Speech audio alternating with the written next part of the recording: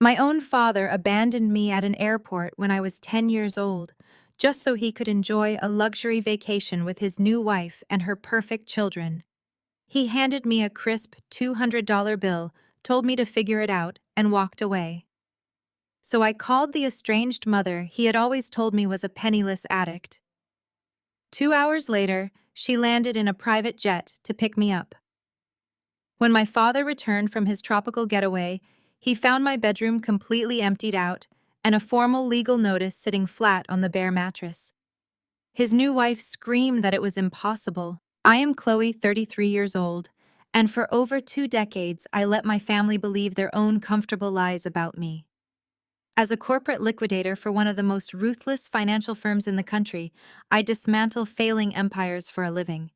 But tonight, the empire I am dismantling belongs to my own father. Before I take you inside the most chaotic night of my life, let me know where you are watching from in the comments below. Hit that like button and subscribe if you have ever had to stand up to a toxic family member who thought you would always be their easy target. The biting winter wind of Chicago whipped against my plain wool overcoat as I stepped through the revolving gold doors of the Grand Hotel. Inside the main ballroom, the atmosphere was thick with the scent of expensive floral arrangements, roasted duck, and sheer financial desperation. This was my father Richard's annual high society fundraising gala. The room was dripping in manufactured wealth. Crystal chandeliers cast a warm golden glow over the city's top real estate investors, banking executives, and socialites. A string quartet played softly in the corner, trying to mask the tension that always surrounded my father's business ventures. I stood at the edge of the ballroom, deliberately keeping my plain beige overcoat buttoned up to my chin. I watched the elite crowd mingle, holding their flutes of champagne, completely unaware that the company they were being asked to invest in was already bleeding out. I observed the forced smiles, the strategic handshakes, the way my father's associates postured themselves as titans of industry. It was a perfectly choreographed theater of prosperity, but I possessed the balance sheets that proved it was all a house of cards. I barely had time to check my coat before a sharp manicured hand grabbed my forearm. It was Vivian, my stepmother. She wore a stunning emerald silk gown that easily cost $10,000, paid for by a company that could no longer afford its own payroll. Her face, tightly pulled and perfectly powdered, contorted into a mask of pure disdain the moment her eyes locked onto mine. "You are 15 minutes late," Vivian hissed, her voice a harsh whisper that cut right through the classical music playing nearby. Before I could even offer a greeting, she shoved a crumpled black catering apron directly into my chest. She pushed it hard against me, a physical assertion of her dominance. The rough fabric hit my coat, but I did not raise my hands to catch it. I simply let my arms hang loose. I let the apron fall to the floor between us, landing with a soft thud right onto the pristine marble tiles. Vivian stared at the apron on the floor, her eyes flashing with sudden explosive anger. Her chest heaved beneath the emerald silk. She looked back up at me, her voice rising in volume, deliberately drawing the attention of the wealthy guests standing nearby. "Pick that up and get to the back," Vivian demanded loudly. "You are supposed to be serving the champagne. I do not care what sob story you plan to tell tonight to get sympathy. College dropouts do not get to sit at the VIP tables with real investors. You are here to work, Chloe, so make yourself useful for once in your life." The surrounding conversation abruptly stopped. A group of older investors in tailored suits turned their heads, their champagne glasses frozen halfway to their mouths. I could feel the collective gaze of Chicago's elite burning into my back. This was Vivian's classic maneuver. Public humiliation was her absolute favorite weapon, designed to make me shrink, apologize, and scurry away in shame. She wanted to establish the hierarchy right here and right now in front of everyone who mattered. She was the wealthy matriarch hosting the event of the season, and I was the pathetic, uneducated stepdaughter who had to serve drinks just to be allowed inside the building. I looked at Vivian, keeping my posture perfectly straight and my expression entirely unreadable. I did not flush with embarrassment. I did not stammer a desperate apology or try to run away to hide my tears. My years of training as a corporate liquidator had taught me exactly how to handle hostile men in boardrooms who screamed until they were red in the face. A furious stepmother throwing a tantrum in an emerald dress was absolutely nothing to me. I am not here to serve your drinks, Vivian, I said calmly, my voice steady and cold enough to freeze the champagne in her hand. And I am certainly not here to wear an apron. Her perfectly painted lips parted in genuine shock. I had never spoken back to her with such absolute icy authority. She was entirely used to the anxious, eager-to-please teenager she had mercilessly bullied out of the house decades ago. She expected me to cower under the weight of her public reprimand. "You ungrateful little brat!" Vivian spat, stepping closer, her voice vibrating with venomous rage. "Do you have any idea who is in this room right now?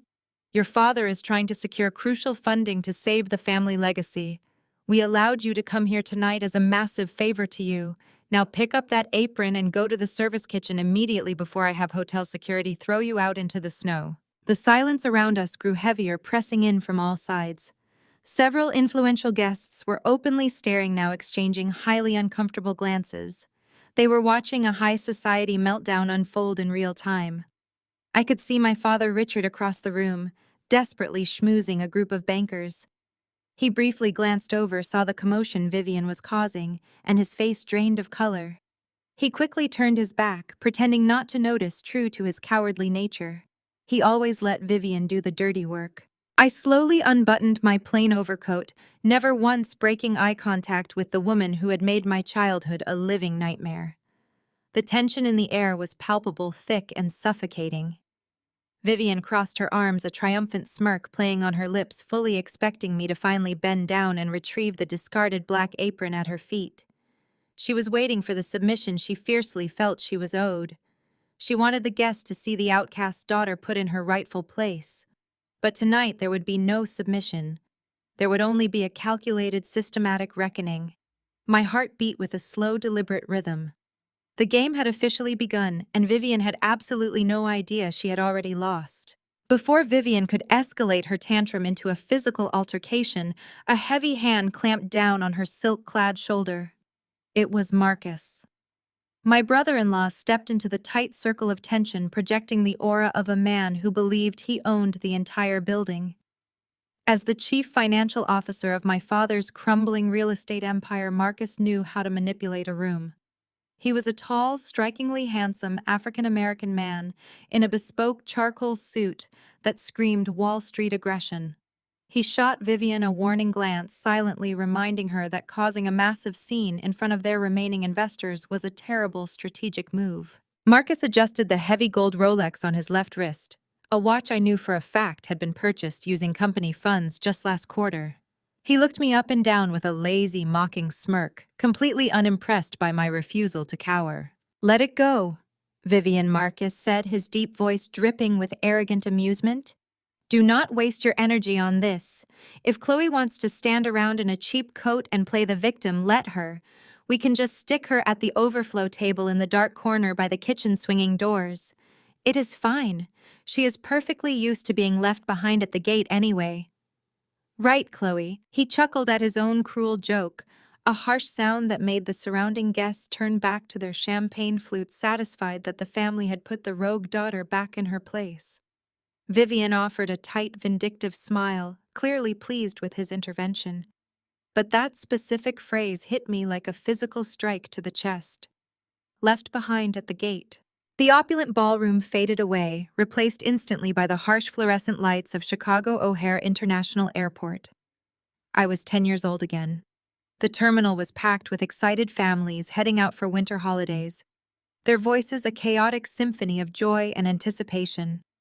I stood frozen next to a massive metal trash can near Gate 24, clutching a worn canvas backpack tightly to my chest. My father knelt in front of me, smelling of expensive cologne and peppermint breath mints. He did not offer a hug. He did not look me in the eye. Instead, he shoved a crumpled $200 bill into my small, trembling hand. His fingers felt cold against mine. "Look, Chloe," he had muttered, glancing impatiently toward the first-class boarding lane, where the attendant was making the final call. "Vivian and Brittany really need this luxury ski trip to Aspen. You have always been the difficult child, and frankly, you ruin the family dynamic. Just take a taxi back to the house. The housekeeper will check on you on Tuesday. Figure it out." I stood completely paralyzed as he stood up and turned his back on me without a single ounce of hesitation. I watched my father walk over to Vivian, who was busy adjusting an 8-year-old Brittany's custom designer ski jacket. Vivian looked over her shoulder, made direct eye contact with me, standing alone by the trash can, and offered the exact same victorious smirk she had just given me in the ballroom today. Then they handed their premium tickets to the gate agent and disappeared down the long, dark jet bridge. They left a 10-year-old girl in a major international airport with $200 and a callous instruction to simply figure it out. I did not cry. Even then, I deeply understood that tears were a useless currency in my family. I walked away from Gate 24, navigating the sea of rushing adults and heavy rolling luggage, until I found a bank of public payphones near the baggage claim carousels. I pulled a quarter from my coat pocket, picked up the heavy plastic receiver, and dialed the only phone number I had memorized besides my own. My father had spent my entire childhood telling me that my biological mother, Evelyn, was a penniless addict who did not want me. He claimed she lived in a dirty trailer park and would not even recognize my voice if I ever managed to reach her. But when the line connected, a woman answered immediately. Evelyn. I asked, my voice barely a whisper over the deafening roar of the airport overhead announcements. It is Chloe. Dad left me at the airport. He went to Aspen. There was a sharp, audible intake of breath on the other end of the line. The silence stretched for 2 seconds, heavy and absolute, before her voice cut through the static with terrifying, cold precision. Stay exactly where you are, Chloe. Do not talk to anyone. I am coming. My father had lied about absolutely everything. 2 hours later, I was not picked up by a rusted car or an overworked social worker. I watched through the massive glass windows of the private aviation terminal as a sleek black Gulfstream jet touched down on the tarmac. The staircase lowered, and Evelyn stepped out into the freezing wind. She was not a penniless addict. She was a fiercely private, self-made billionaire dressed in a sharp-tailored suit, flanked by 2 towering men carrying leather briefcases full of legal documents. She walked straight through the security doors, knelt in front of me, and pulled me into a fierce, protective embrace that smelled of rich espresso and absolute safety. She did not ask me if I was okay. She simply looked at her lead attorney and gave a single definitive nod. I never saw my father's house again, but I heard the legendary story from the former housekeeper years later. When Richard, Vivian, and Brittany finally returned from their luxurious Aspen getaway, they walked into a home that felt entirely different. Vivian marched upstairs to my bedroom, likely preparing to punish me for not greeting them properly at the front door. She threw the bedroom door open and stopped dead in her tracks. The room was completely stripped bare.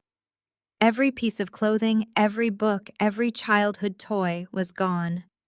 The only thing left in the sterile, empty space was a crisp, white legal notice resting flatly in the dead center of the bare mattress. Vivian stepped forward, snatched the document with shaking hands, and read the first paragraph.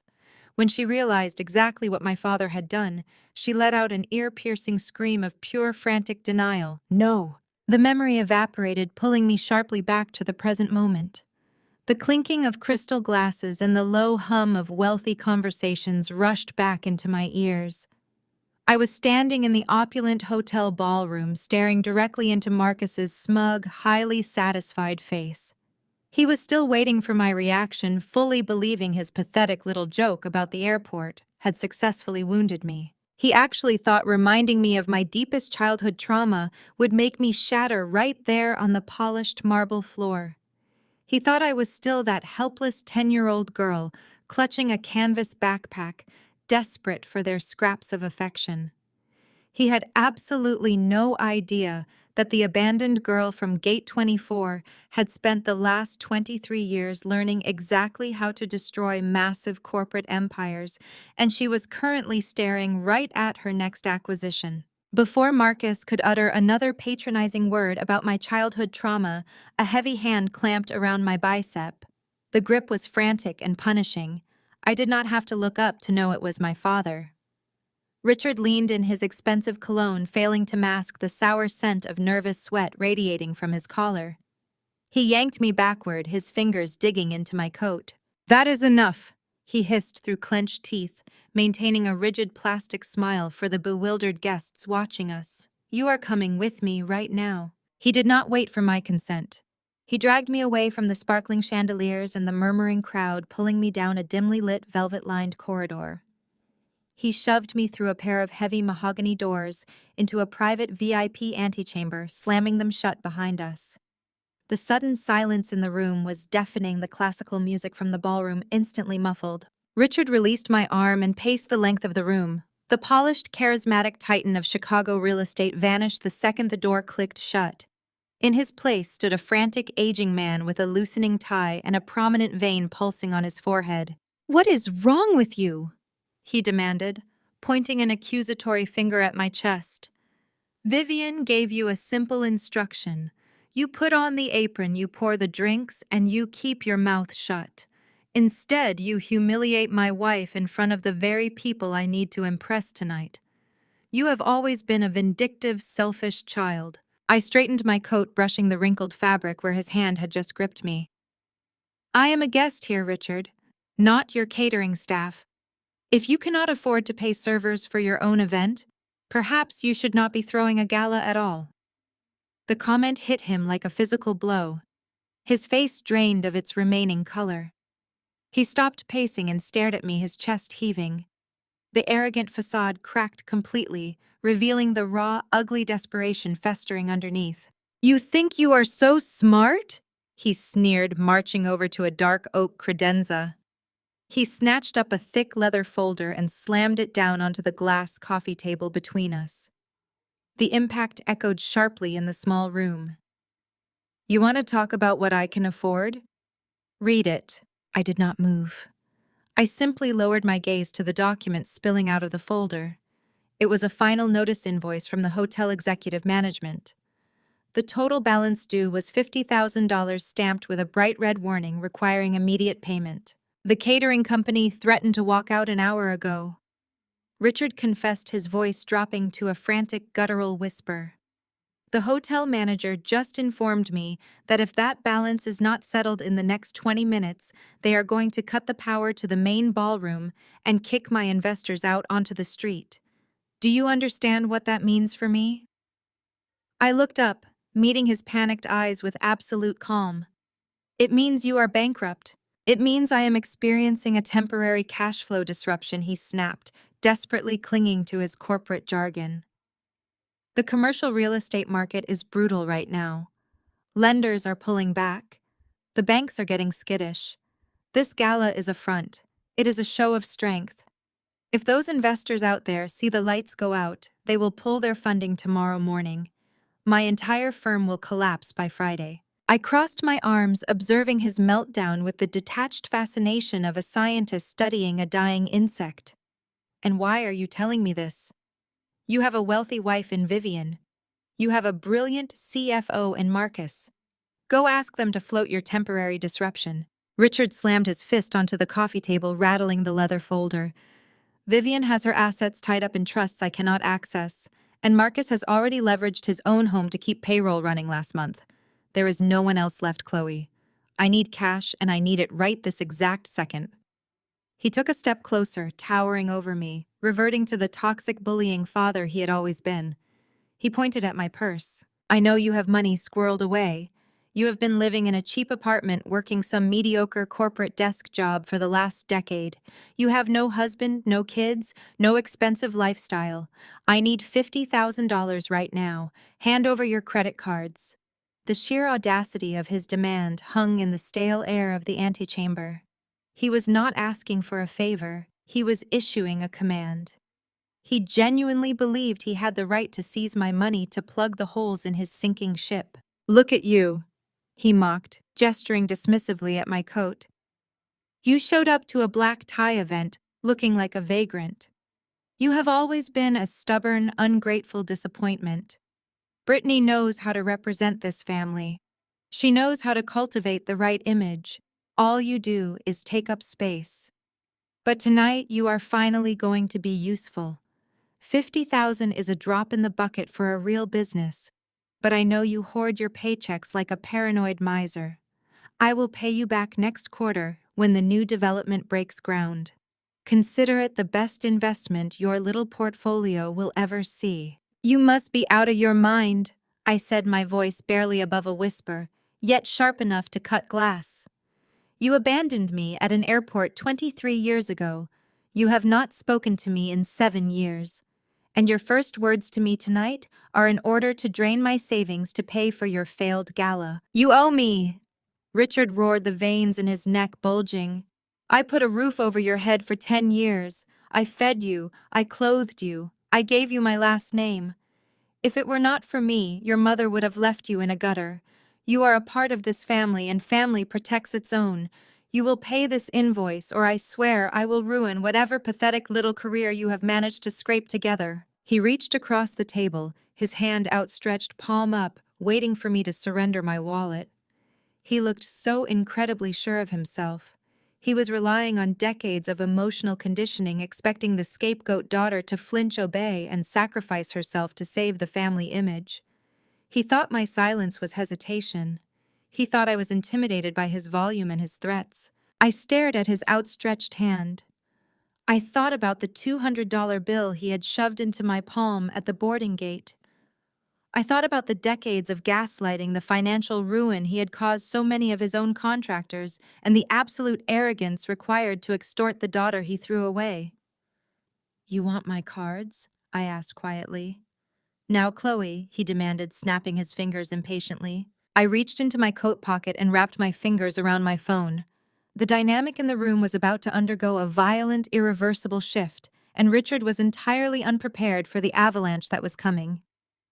Before I could pull my phone from my pocket to deliver the final strike, the heavy mahogany doors violently swung inward. The brass handles hit the walls with a sharp crack. Brittany stormed into the antechamber. My younger stepsister was a vision of weaponized privilege. She wore a backless silver gown that caught the dim light dripping in diamonds that probably cost more than the average American home. Her blonde hair was styled into perfect cascading waves, but her face, usually plastered with a carefully curated influencer smile for the cameras, was contorted with pure, unadulterated fury. What is taking so long? Brittany snapped, her eyes darting between Richard and me.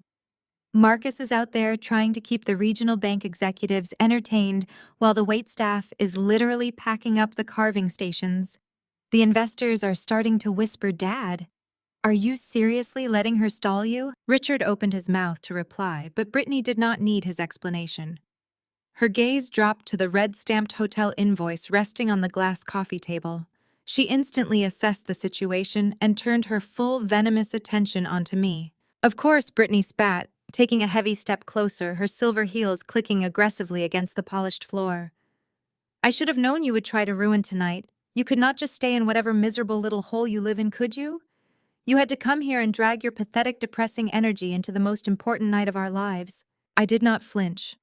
I kept my hand resting in my coat pocket, my fingers brushing against the smooth edge of my phone, letting her unleash the toxicity she had been harboring since childhood. You are so unbelievably jealous, Brittany continued, her voice echoing harshly off the paneled walls. Look at you.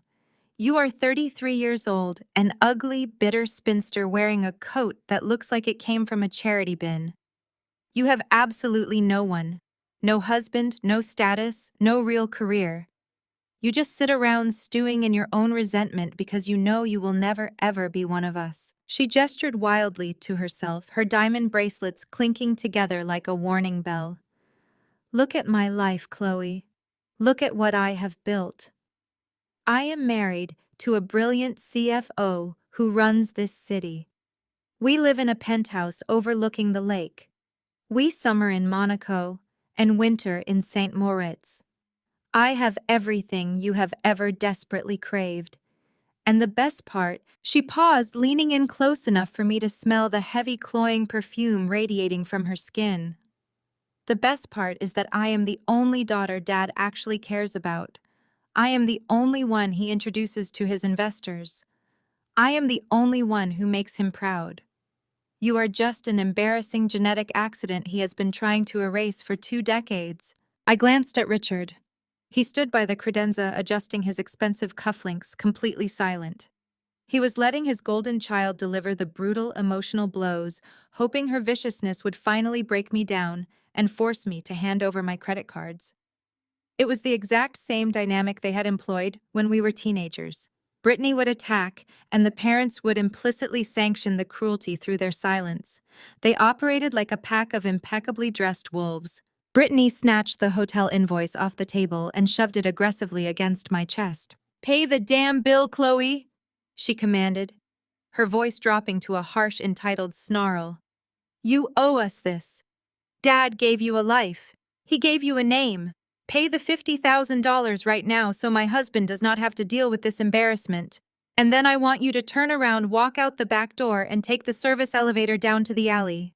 I have socialites and magazine editors waiting for me at my table, and I will not have them seeing my so-called sister looking like a complete beggar." She crossed her arms, mirroring her mother Vivian's triumphant stance from the ballroom, waiting for my absolute submission. She expected me to pull out a card, drain my meager life savings with trembling hands, and slink away into the freezing Chicago night, grateful that they had allowed me to serve them one last time. The sheer delusion was staggering. Brittany was boasting about her flawless marriage and her luxury penthouse, completely unaware that Marcus was currently cooking the corporate books just to keep them out of federal prison. She was bragging about being the proud daughter of a real estate titan, entirely oblivious to the fact that her father was minutes away from total financial annihilation. They were all standing on a trapdoor, and they were practically begging me to pull the lever. I let the heavy silence stretch, allowing her cruel words to hang in the air, ensuring they were fully cemented in the room before I dismantled their entire reality. Before Brittany could draw another breath to scream, Marcus stepped forward. He placed a manicured hand on his wife's bare shoulder, gently but firmly pulling her back. He had watched Richard fail with brute force, and Brittany fail with hysterical insults. Marcus, ever the calculated chief financial officer, decided it was time to deploy the velvet hammer. "Okay, let us all just take a deep breath," Marcus said, his voice dropping an octave into a smooth, practiced baritone. It was the exact tone he undoubtedly used to pacify nervous shareholders and anxious bank managers.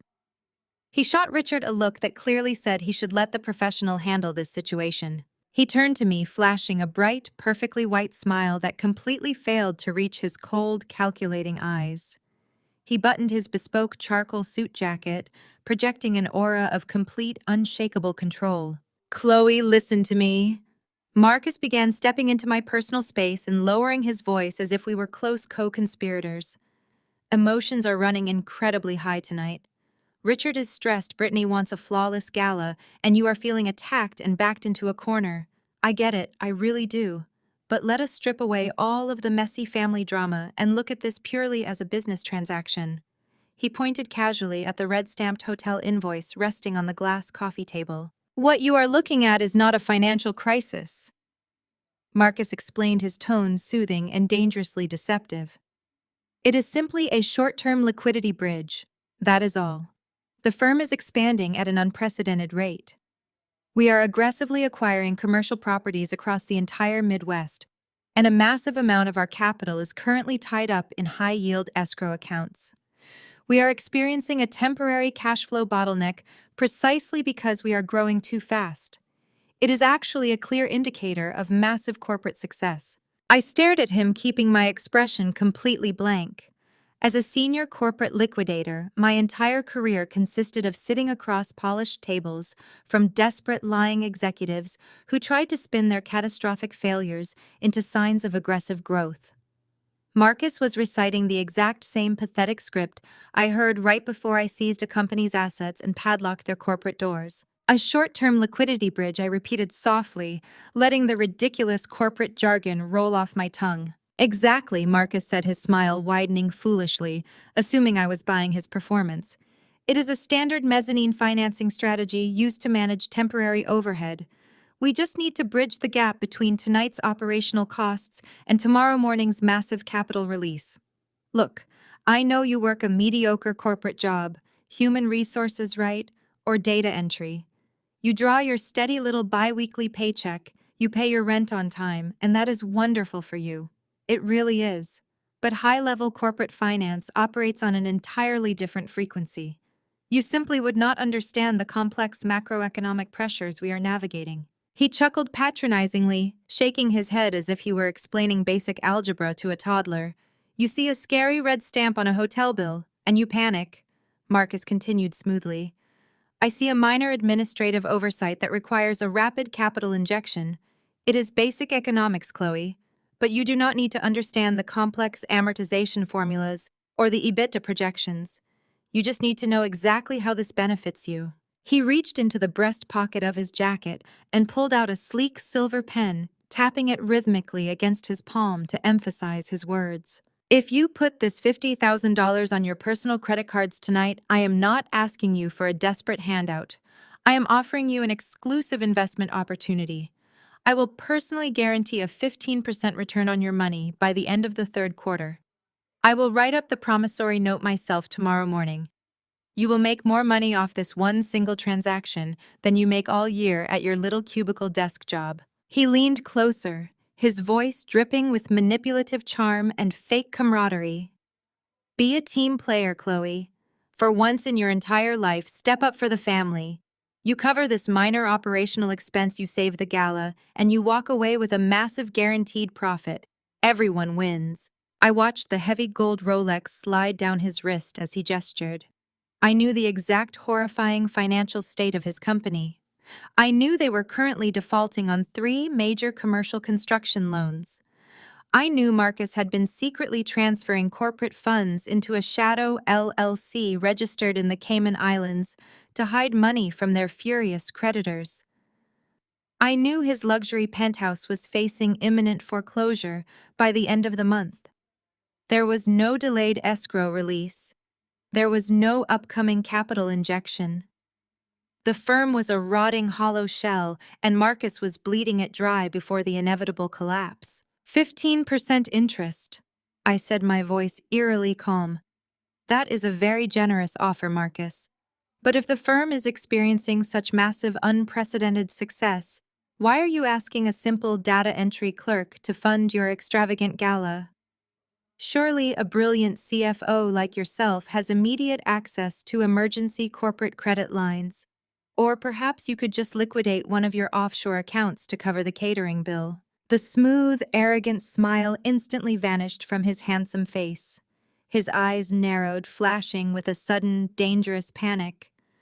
The silver pen in his hand stopped tapping.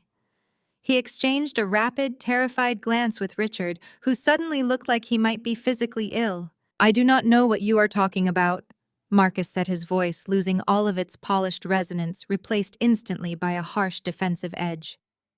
I am offering you a simple, mutually beneficial financial arrangement. Do not try to interrogate a ledger you cannot possibly comprehend. I comprehend it perfectly, I replied, holding his furious gaze without blinking. You are asking me to finance a fraudulent event designed entirely to trick investors into pouring more money into a bankrupt, failing company. You want me to drain my life savings so you and Brittany can keep playing pretend in your penthouse for one more miserable month. Marcus stepped back, his posture stiffening defensively. The velvet hammer had completely failed, and the raw, unhinged hostility was bleeding right back to the surface. He pointed the silver pen directly at my face, his composure shattering into a million pieces. You listen to me, you arrogant little nobody, he growled, dropping the sophisticated facade. You do not know the first thing about me or my company. You are going to take out your credit cards, you are going to hand them to Richard right now, and you are going to pay that invoice. Because if you do not, I will personally make sure you never work in this city again. I know powerful people who can destroy your pathetic little career with a single phone call. Brittany cheered loudly from the corner, crossing her arms triumphantly. Tell her, Marcus. Make her pay. I looked at the 3 of them, Richard sweating and practically suffocating on his own desperation, Brittany dripping in diamonds purchased with stolen vendor funds, and Marcus a cornered fraudster threatening to destroy a career he knew absolutely nothing about. They had spent the entire evening attempting to break me, humiliate me, and extort me. They believed I was trapped in this room with them. They had absolutely no idea they were the ones trapped in the room with me. Richard glared at me, his hand hovering over his pocket, preparing to unleash another volley of demands. The deafening silence in the room was suddenly shattered by a sharp, aggressive vibration. It did not come from Richard. It came from the breast pocket of Marcus' bespoke charcoal suit. Marcus sneered, pulling out his phone to silence what he clearly assumed was an annoying, ill-timed distraction. I watched his thumb swipe across the screen. I watched his eyes track the first notification. I watched the arrogant, perfectly curated confidence drain from his face in a matter of milliseconds. The transformation was absolute and horrifying. His jaw went slack. The blood vanished from his cheeks, leaving his tanned skin a sickly pale gray. Another buzz vibrated loudly in his hand. Then another. A rapid, relentless succession of automated alerts chiming against his palm like a digital death knell. "What is it?" Brittany asked, her voice laced with sudden irritation, entirely oblivious to the atmospheric shift in the room. "Tell them you will call them back, Marcus. We are dealing with something important right now." Marcus did not answer her. He could not speak. He was staring at the glowing screen of his device as if it had just grown fangs. His thumb frantically tapped the glass, opening message after message. I knew exactly what he was reading. Urgent alert, Zenith Holdings corporate black card suspended. Urgent alert, Lakeshore Penthouse, secondary equity line. Frozen. Urgent alert, unauthorized access attempt on Blue Horizon Ventures account locked, pending investigation. Before Marcus could formulate a single coherent word, a sharp ding echoed from the opposite side of the coffee table. Richard yanked his phone from his trousers. His eyes scanned the bright screen, and a strangled, guttural sound escaped his throat. It was the sound of a man who had just stepped off a cliff in the pitch dark. The hotel executive manager, Richard, whispered, his voice trembling so violently the words barely formed. "He just texted me. The corporate card on file for the catering and the grand ballroom rental. It just declined. It bounced. They are pulling the plug right now." Brittany let out a harsh, incredulous laugh. She stepped toward her father, waving her diamond-clad hand dismissively. "Dad, do not be ridiculous," she scoffed, her tone dripping with annoyance. "It is just a bank error. They happen all the time. Just give them the other corporate card. Or use Marcus' black card. Marcus, go out there and swipe your card. Tell the manager to add a 10% gratuity for the inconvenience and tell him to keep the champagne flowing." Marcus slowly looked up from his phone. His eyes were wide, bloodshot, and completely feral. He looked like a cornered animal staring down the barrel of a loaded gun. He did not look at his wife. He looked directly at me. "What did you do?" Marcus demanded, his voice cracking, entirely stripped of its smooth baritone polish. "What did you just do?" "I simply authorized a financial freeze," I replied, keeping my posture relaxed and my hands out of my pockets. "I warned you that the corporate accounts were locked. You chose to believe I was putting on a theatrical performance." "You cannot lock Zenith accounts!" Richard shouted, stepping forward, his fists clenched tightly at his sides, fighting a losing battle against his own mounting terror. "You do not have the security clearance. You are a low-level data clerk. You do not even work in the executive suite. You have zero authority over my company." Brittany finally sensed the genuine terror radiating from the two men she relied on for her entire identity. Her arrogant smirk faltered, replaced by a deep, ugly confusion. "Marcus, what is going on?" she demanded, stepping closer to her husband and grabbing his arm.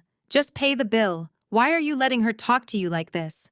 Tell her to leave." "Shut up, Brittany," Marcus roared. The sheer volume of his voice made her physically jump backward. The flawless, loving husband facade had evaporated just as quickly as the corporate titan routine. He stepped toward me, his chest heaving, pointing a shaking finger at my face. "My home equity line is gone," Marcus panted, his eyes darting frantically around the room as if searching for a hidden exit. "The offshore account in the Caymans is locked. The corporate cards are completely dead. How do you have the Omega authorization code? That sequence is restricted to the Zenith Executive Board and the primary liquidation firm." I smiled. It was not a warm smile. It was the smile of an executioner lowering the blade. "You are absolutely right, Marcus. I said, my voice ringing with chilling clarity. That authorization sequence is strictly restricted to the primary liquidation firm. The exact firm hired by your lenders to seize Zenith Holdings' remaining assets before you finish embezzling them to the islands. Richard stumbled backward, his knees hitting the edge of the leather sofa. He collapsed onto the cushions, his hands gripping his thighs, his mouth opening and closing as he struggled to pull oxygen into his lungs. No! Richard gasped, shaking his head in frantic, desperate denial. No, the lenders gave us a 30-day extension. They promised us a grace period. They explicitly stated they were bringing in a senior liquidator to assess the portfolio next week. I am the senior liquidator, I stated, staring down at the man who had abandoned me decades ago. I did not fly to Chicago to attend your gala, Richard. I flew here to dismantle your company. I have been tracking Marcus' fraudulent wire transfers for 3 consecutive months. I know exactly how much you owe, exactly who you are hiding it from, and exactly how many federal laws you have broken to keep this pathetic illusion alive tonight. Marcus looked like he was going to vomit. He dropped his phone. It hit the hardwood floor with a sharp, heavy crack, the screen splintering into a spiderweb of broken glass, but he did not even look down. The invincible chief financial officer was hyperventilating, his expensive tailored suit suddenly looking 2 sizes too big for his shrinking frame. "This is a massive mistake," Marcus stammered, raising his hands in a placating, subservient gesture, completely abandoning his previous threats of ruining my career. "Chloe, listen to me. You are my sister-in-law. We are family.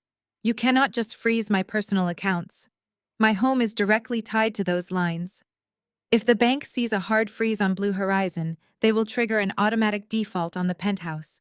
We will be homeless by Friday. You should have thought about that before you leveraged your primary residence to fund a fake corporate event," I replied coldly. "And we are not family, Marcus. You made that perfectly clear when you told me to drain my savings and take the service elevator down to the alley." Brittany was hyperventilating now. The reality of the situation was finally penetrating her diamond-studded bubble. She looked at her father on the sofa, then at her husband, begging for mercy, waiting for one of them to fix it. She was waiting for the men who had always shielded her from consequence to magically produce a solution. "Dad, do something!" Brittany shrilled, her voice climbing to a hysterical, grating pitch. "Tell her to turn the credit cards back on. The investors are right outside those doors. The regional bank managers are drinking our champagne. If the lights go out tonight, we lose absolutely everything. We will be ruined." Richard looked up at me from the sofa. The arrogant, bullying father who had dragged me into this room by my arm was gone. In his place was a broken, terrified old man staring directly into the abyss of his own making. He opened his mouth to issue a command, but no words came out. Only a ragged, desperate wheeze echoed in the quiet room. The power dynamic had not just shifted, it had completely inverted. They had dragged me into this private room to strip me of my dignity and extort my savings. Instead, I had just stripped them of their entire world, and the true demolition had only just begun. The heavy silence in the antechamber was violently shattered. Not by another panicked phone alert, but by the heavy mahogany doors bursting inward. Vivian stood on the threshold. She had clearly grown impatient, waiting for her husband and son-in-law to extract my funds. She took one look at Richard, slumped defeated on the sofa, and Marcus staring vacantly at his shattered phone on the floor, and her sharp predatory instincts immediately kicked in. She realized their private extortion attempt had failed spectacularly. Vivian did not retreat to assess the damage. She did exactly what she had done for the last 2 decades. She weaponized her social standing.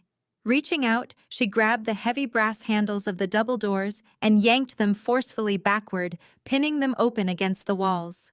The velvet-lined private room was suddenly fully exposed to the sparkling chandeliers and the murmuring sea of Chicago's financial elite. The string quartet faltered, the musicians lowering their bows as hundreds of heads turned toward the open doorway. Vivian took a stumbling, dramatic step backward into the main ballroom. Her hands flew to her mouth, and a perfectly calibrated, agonizing sob tore from her throat. It was a masterpiece of theatrical grief, designed to instantly capture the sympathy of every high-net-worth individual in the room. "Security, please, somebody help us," Vivian wailed, her voice echoing off the vaulted frescoed ceilings. She pointed a trembling, diamond-adorned finger directly at me as I stood calmly in the center of the exposed room. Gasps rippled through the crowd of regional bank executives, wealthy investors, and local socialites. The waitstaff froze trays hovering in midair. I stepped forward, moving out of the shadows of the antechamber and into the harsh, glittering light of the ballroom. I did not raise my hands defensively. I simply looked at her, allowing her to dig her own grave in front of the exact people she was trying to impress. "She is trying to extort us," Vivian cried out, leaning heavily against a nearby cocktail table, putting on a spectacular show of maternal heartbreak. "My husband is having a medical episode, and this vile, unstable girl is demanding money from us." The whispers in the ballroom escalated into a loud, judgmental hum. Vivian looked around the room, making direct eye contact with the most powerful lenders in the crowd, the very executives Richard desperately needed to keep his sinking company afloat. She decided the best defense against a financial crisis was a massive public smear campaign. "For those of you who do not know, this is Chloe, Richard's estranged daughter," Vivian announced, wiping a non-existent tear from her carefully powdered cheek. "We have tried so hard to keep her tragic situation private, to protect her dignity, but I cannot stay silent anymore. I will not let her terrorize my family tonight." She took a step toward me, her voice dropping into a register of sorrowful pleading that resonated perfectly through the silent, captivated room. "She ran away from home when she was just a teenager," Vivian lied smoothly, projecting her voice so every investor could hear. "She stole from us. She has struggled with severe mental instability for years. We spent hundreds of thousands of dollars trying to get her the psychological help she so desperately needs. We gave her everything. But she refused our love. She cut us off completely out of pure spiteful rebellion." I could feel the hostile glares of Chicago's upper crust burning into my skin. In their eyes, I was exactly what Vivian described. I was a pathetic, unstable grifter attempting to shake down a generous pillar of the community. A pair of broad-shouldered hotel security guards began making their way aggressively through the crowd, their eyes locked firmly on me. "And now she shows up uninvited to our charity gala," Vivian continued, her voice gaining righteous momentum. "She sneaks into our private suite and corners my husband. She knows we are celebrating a massive corporate expansion for Zenith Holdings tonight, and she is threatening to cause a public scene unless we write her a check for $50,000. She is extorting her own family." Brittany, sensing the successful shift in the audience, quickly scurried out of the antechamber and rushed to her mother's side. She wrapped her arms protectively around Vivian, glaring at me with perfectly manufactured fear. "It is true," Brittany announced to the crowd, her voice shaking just enough to sound completely authentic. "She has been sending us threatening messages for weeks. We just wanted a peaceful night to celebrate our success, and she is trying to destroy it out of pure, bitter jealousy. Please, someone just make her leave." Richard and Marcus remained frozen in the antechamber, hidden from the crowd's direct line of sight. They knew the truth. They knew Vivian was currently playing a highly dangerous game of Russian roulette with a loaded weapon. But they were too paralyzed by their own immediate financial ruin to stop her. They cowardly let Vivian spin her vicious web of lies, silently hoping her social manipulation could somehow force security to eject me from the building before I finalized their corporate liquidation. This was their ultimate weapon, the threat of total public humiliation. For 20 years, Vivian had used this exact tactic to control the narrative.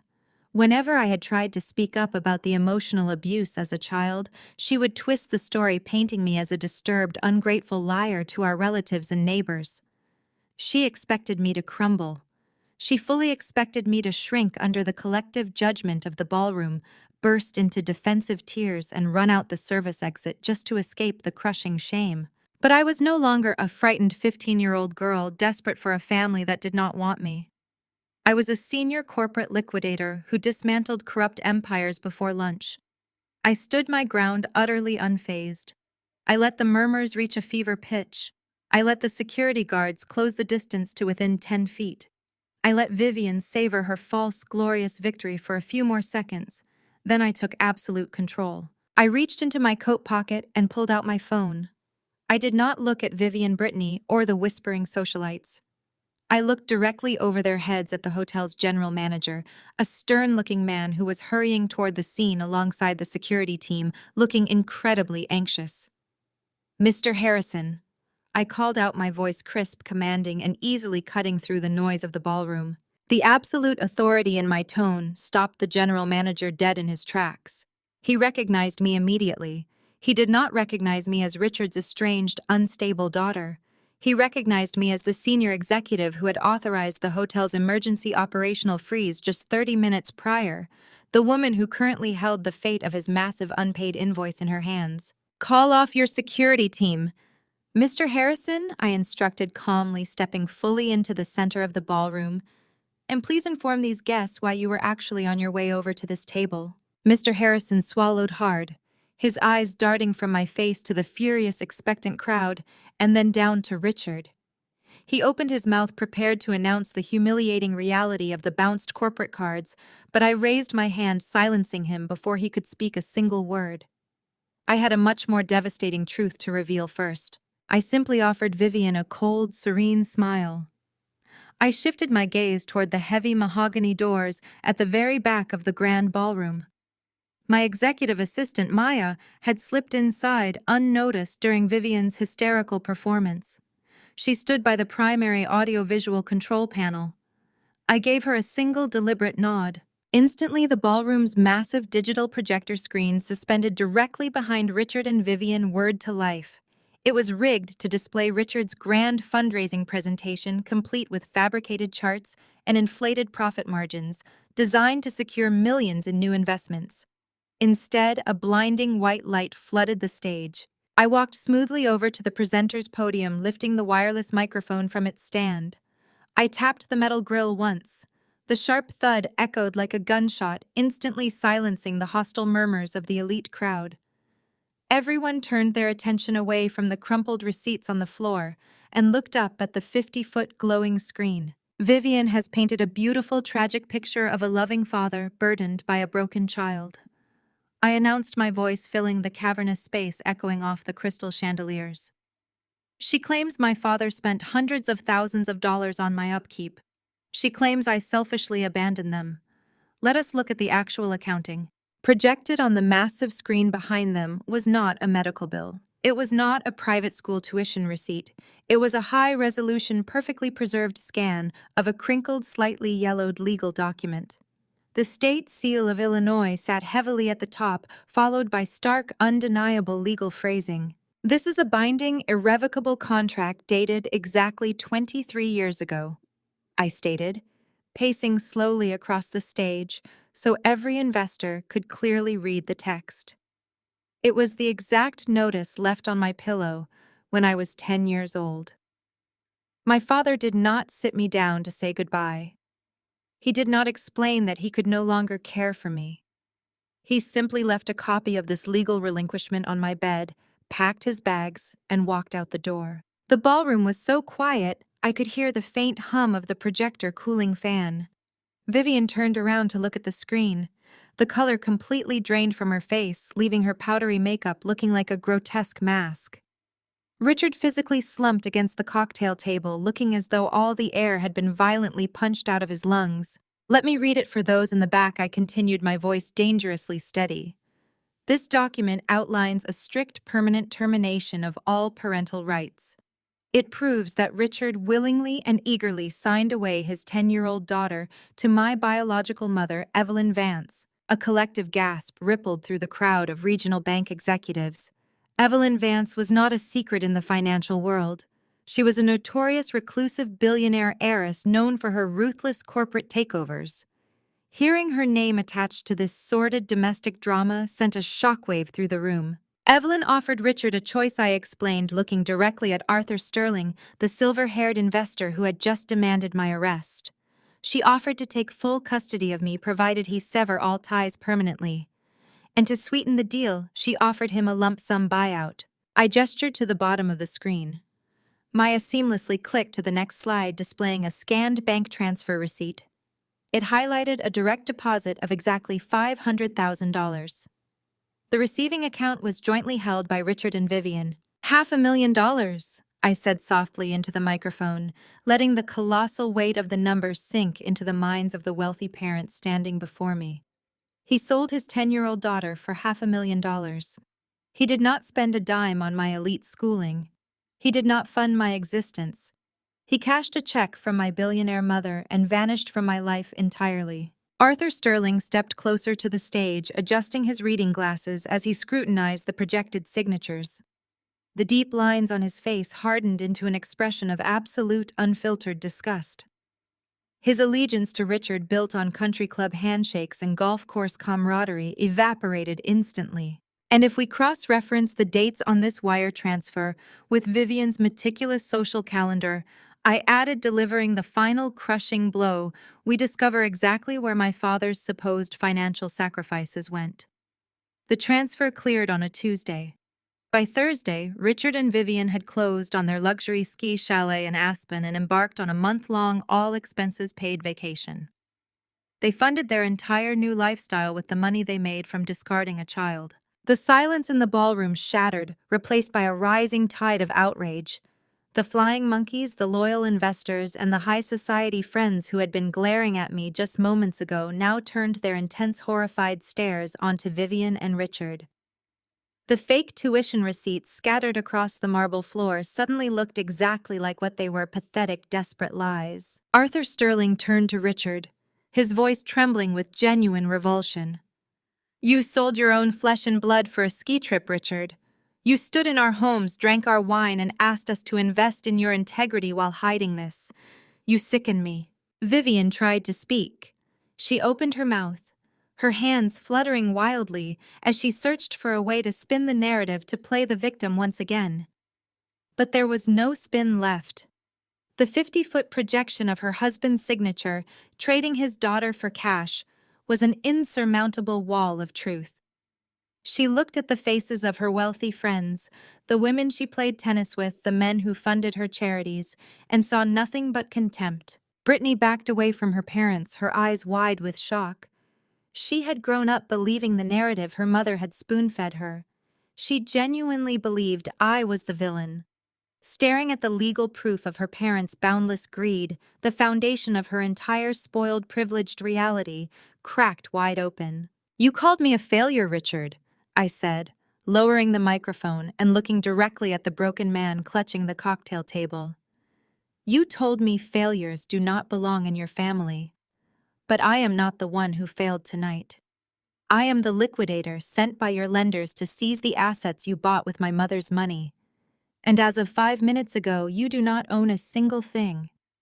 The echo of my final sentence hung in the dead air of the ballroom. "You do not own a single thing." Vivian let out a guttural shriek of denial. She dropped to her knees, the heavy silk of her designer gown pooling around her on the cold marble floor. Her hands scrambled frantically, gathering the crumpled receipts she had just thrown at my feet in her moment of manufactured outrage. She shoved the crinkled papers toward Arthur Sterling, her eyes wide and manic. "You cannot believe her," Vivian begged, her voice cracking under the strain of her collapsing reality. "She is twisting the truth. Richard was a good father. Look at these papers, Arthur.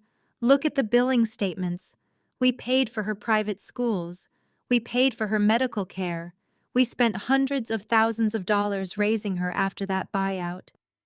We did not abandon her." I did not interrupt her frantic pleading. I simply turned my head and gave Maya another short, precise nod. The massive projector screen behind Richard flickered, casting a cool blue light over his ashen face. The image of the $500,000 wire transfer vanished. In its place appeared a dual-screen display. On the left side, high-resolution scans of the exact receipts Vivian was currently clutching in her desperate hands. On the right side, a series of official banking ledgers bearing the seal of a highly secure private wealth management firm. "You hold in your hands a very impressive collection of invoices, Vivian," I said, my voice projecting smoothly through the microphone. "You claim those receipts prove my father spent his hard-earned money to fund my elite education and my supposed medical treatments after he surrendered his parental rights. You claim those papers prove your generosity." I pressed a button on the laser pointer Maya had handed me. A bright green dot appeared on the massive screen circling the heading of the banking ledger on the right. "Let us look at where the money to pay those invoices actually originated," I instructed the silent, captivated crowd. "This ledger belongs to a highly restrictive generation-skipping trust fund. It was established 25 years ago by my late grandfather, Theodore. He was a brilliant man who possessed a very clear understanding of his son's crippling greed. He structured this trust specifically so Richard could not touch the principal. The funds were locked, legally mandated to be dispersed exclusively for my direct educational and medical needs." Richard let out a sharp, choked gasp. He lunged forward, grabbing the edge of the cocktail table to keep from collapsing entirely. He knew exactly what was coming. He knew the paper trail was absolute. I moved the green laser pointer to the first highlighted row on the left side of the screen. "Vivian, you just waived a receipt for $75,000, claiming it was for a specialized residential wellness center to treat my severe mental instability," I said, reading the fabricated invoice aloud. "Now look at the corresponding date on my grandfather's trust ledger on the right." On that exact same day, Richard, acting as the legal trustee, authorized a withdrawal of exactly $75,000, citing severe medical distress as the justification to release the funds. Maya clicked to the next slide. A photograph filled the screen. It was a picture of Brittany, 16 years old, beaming radiantly as she sat on the hood of a brand new imported European sports car with a massive red bow tied to the roof. Beside the photograph was the dealership's bill of sale. The cost of that vehicle was exactly $75,000. I stated, my voice dropping to a glacial, unforgiving pitch. "You did not pay for my medical care, Richard. You embezzled from a restricted trust fund left to a discarded child to buy your other daughter a luxury car for her sweet 16. A collective, horrified gasp sucked all the oxygen out of the ballroom. The regional bank managers, the real estate developers, the society matriarchs who had just been ready to throw me out into the street, stared at the screen in absolute revulsion. Embezzling from a corporate account was a crime they could comprehend, but stealing from a child's trust fund to finance a golden child's lavish lifestyle was a moral depravity that crossed every line of high society ethics. Maya clicked the presentation forward, unleashing a rapid, devastating sequence of financial, undeniable truths. "Here is a withdrawal for $40,000 legally coded as my private academy tuition," I announced, pointing the laser at the screen. "Matched perfectly with the wire transfer sent to a Parisian travel agency for Vivian and Brittany's month-long shopping excursion. Here is $20,000 pulled for my supposed emergency dental surgery, which aligns to the exact cent with the initiation fee for the Oakbrook Equestrian Club, where Brittany kept her show horses." Brittany took a stumbling step backward. Her hands flew to her mouth, the color completely drained from her flawless, perfectly contoured face. She looked up at the screen, staring at the itemized list of her entire privileged childhood. The designer clothes, the luxury vacations, the expensive hobbies. Every single piece of her golden existence had been funded by the systematic theft of my inheritance.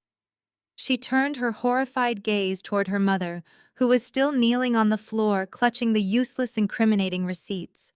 "You stole it," Brittany whispered, her voice trembling with a mixture of profound shock and rising panic. "Everything I had. You stole it from her." Vivian scrambled to her feet, her hands reaching out toward the crowd, desperately trying to construct a final crumbling defense. "It was his money," Vivian cried out, pointing at Richard, her voice shrill and breaking. "He was the trustee. He had the right to manage the accounts. We had expenses. We had a lifestyle to maintain. We deserved that money. She was difficult. She owed us for the stress she caused." Arthur Sterling let out a sound of pure disgust. He physically turned his back on Vivian. He looked at the surrounding investors, the men and women who held the keys to Zenith Holdings' survival, and gave a sharp, definitive shake of his head. "You are a thief, Richard," Arthur said, his voice ringing with absolute finality. "You are a fraud, a coward, and a thief. I will not have my firm's name associated with a man who embezzles from his own father's trust to defraud his own daughter." The crowd immediately followed Arthur's lead. The glittering wall of wealth and privilege that had surrounded Vivian and Richard just moments before instantly dissolved. The investors backed away, their faces twisted in revulsion, physically putting distance between themselves and the toxic radioactive ruins standing in the center of the room. The space around my father widened into a massive, isolating void. I watched Richard look around the room, his eyes wild and completely hollow.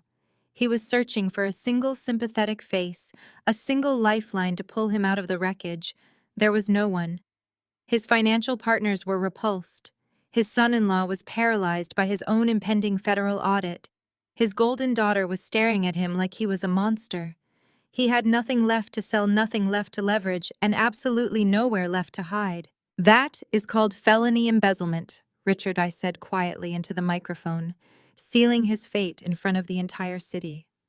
"And the federal authorities reviewing these exact ledgers tomorrow morning will not be nearly as forgiving as I am." The microphone clicked off, the sharp sound echoing through the dead silence of the ballroom. For a terrifying, suspended second, no one moved. The regional bank executives, the wealthy socialites, and the real estate tycoons all remained frozen, their eyes locked on the 50-foot projection of Richard's undeniable financial crimes. Then the illusion of perfect family loyalty violently shattered. Marcus burst out of the shadows of the antechamber. His face was devoid of color, slick with a sudden terrified sweat. He practically shoved his way past Vivian, who was still weeping on the floor amidst her worthless tuition receipts. As the chief financial officer of Zenith Holdings, Marcus knew exactly what the documents on that screen meant. He saw the trust fund routing numbers, the unauthorized withdrawals, and the undeniable paper trail of felony embezzlement. He realized instantly that the ship was not just sinking, it was already at the bottom of the ocean. He marched directly up to Richard, his hands balled into tight, shaking fists. "You lied to me, Marcus!" bellowed, his voice raw and frantic, slicing through the tense atmosphere of the ballroom. He pointed an accusatory finger directly at his father-in-law's chest, making sure every single investor in the room could hear him. "You looked me in the eye for 5 years and lied about the origin of our seed capital." Richard recoiled as if he had been physically struck. He stared at his hand-picked successor, his golden son-in-law with wide, pleading eyes. "Marcus, please." Richard stammered, his voice a pathetic, reedy whisper. "Keep your voice down. We are family. We can fix this internally.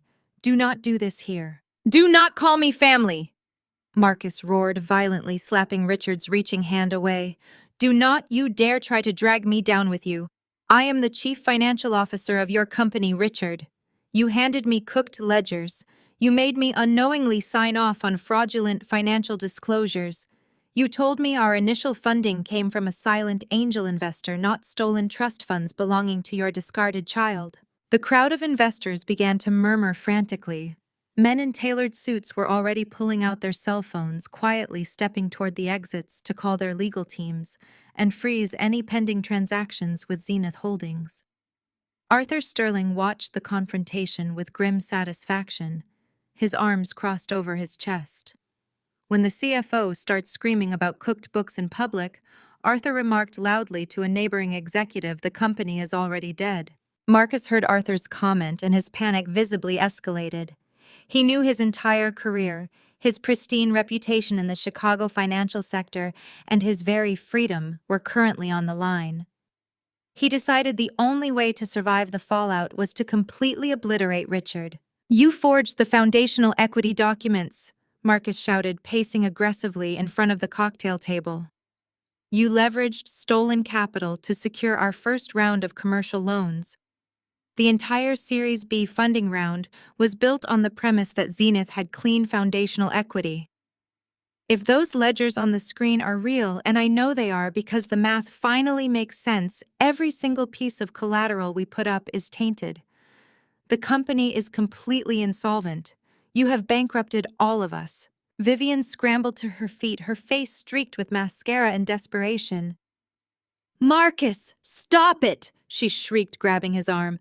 "You are ruining everything. You are supposed to protect this family. We gave you your career." Marcus turned on his mother-in-law with a look of pure, unfiltered revulsion. Keep your mouth shut, Vivian. He snapped, his voice echoing fiercely. Your endless shopping sprees and your desperate need to impress these people just bought me a federal indictment. I am not going to federal prison because you two decided to steal from a child to fund your luxury ski trips. He violently shook off Vivian's grip and turned toward Brittany, who was standing frozen in shock, tears streaming silently down her pale cheeks. Marcus marched over and grabbed her hand, pulling her forcefully away from her parents. He positioned himself defensively in front of her, turning to face the crowd of horrified investors. My wife and I had absolutely no idea, Marcus announced to the room, desperate to salvage his own social standing. He held his hands up in a gesture of surrender. Brittany thought her parents were simply successful entrepreneurs. We thought Zenith Holdings was a legitimate ethical enterprise. We are victims of his deception just as much as Chloe is. Richard deliberately kept us in the dark to use us as human shields. Brittany let out a choked sob. She looked at her father, the man she had idolized her entire life.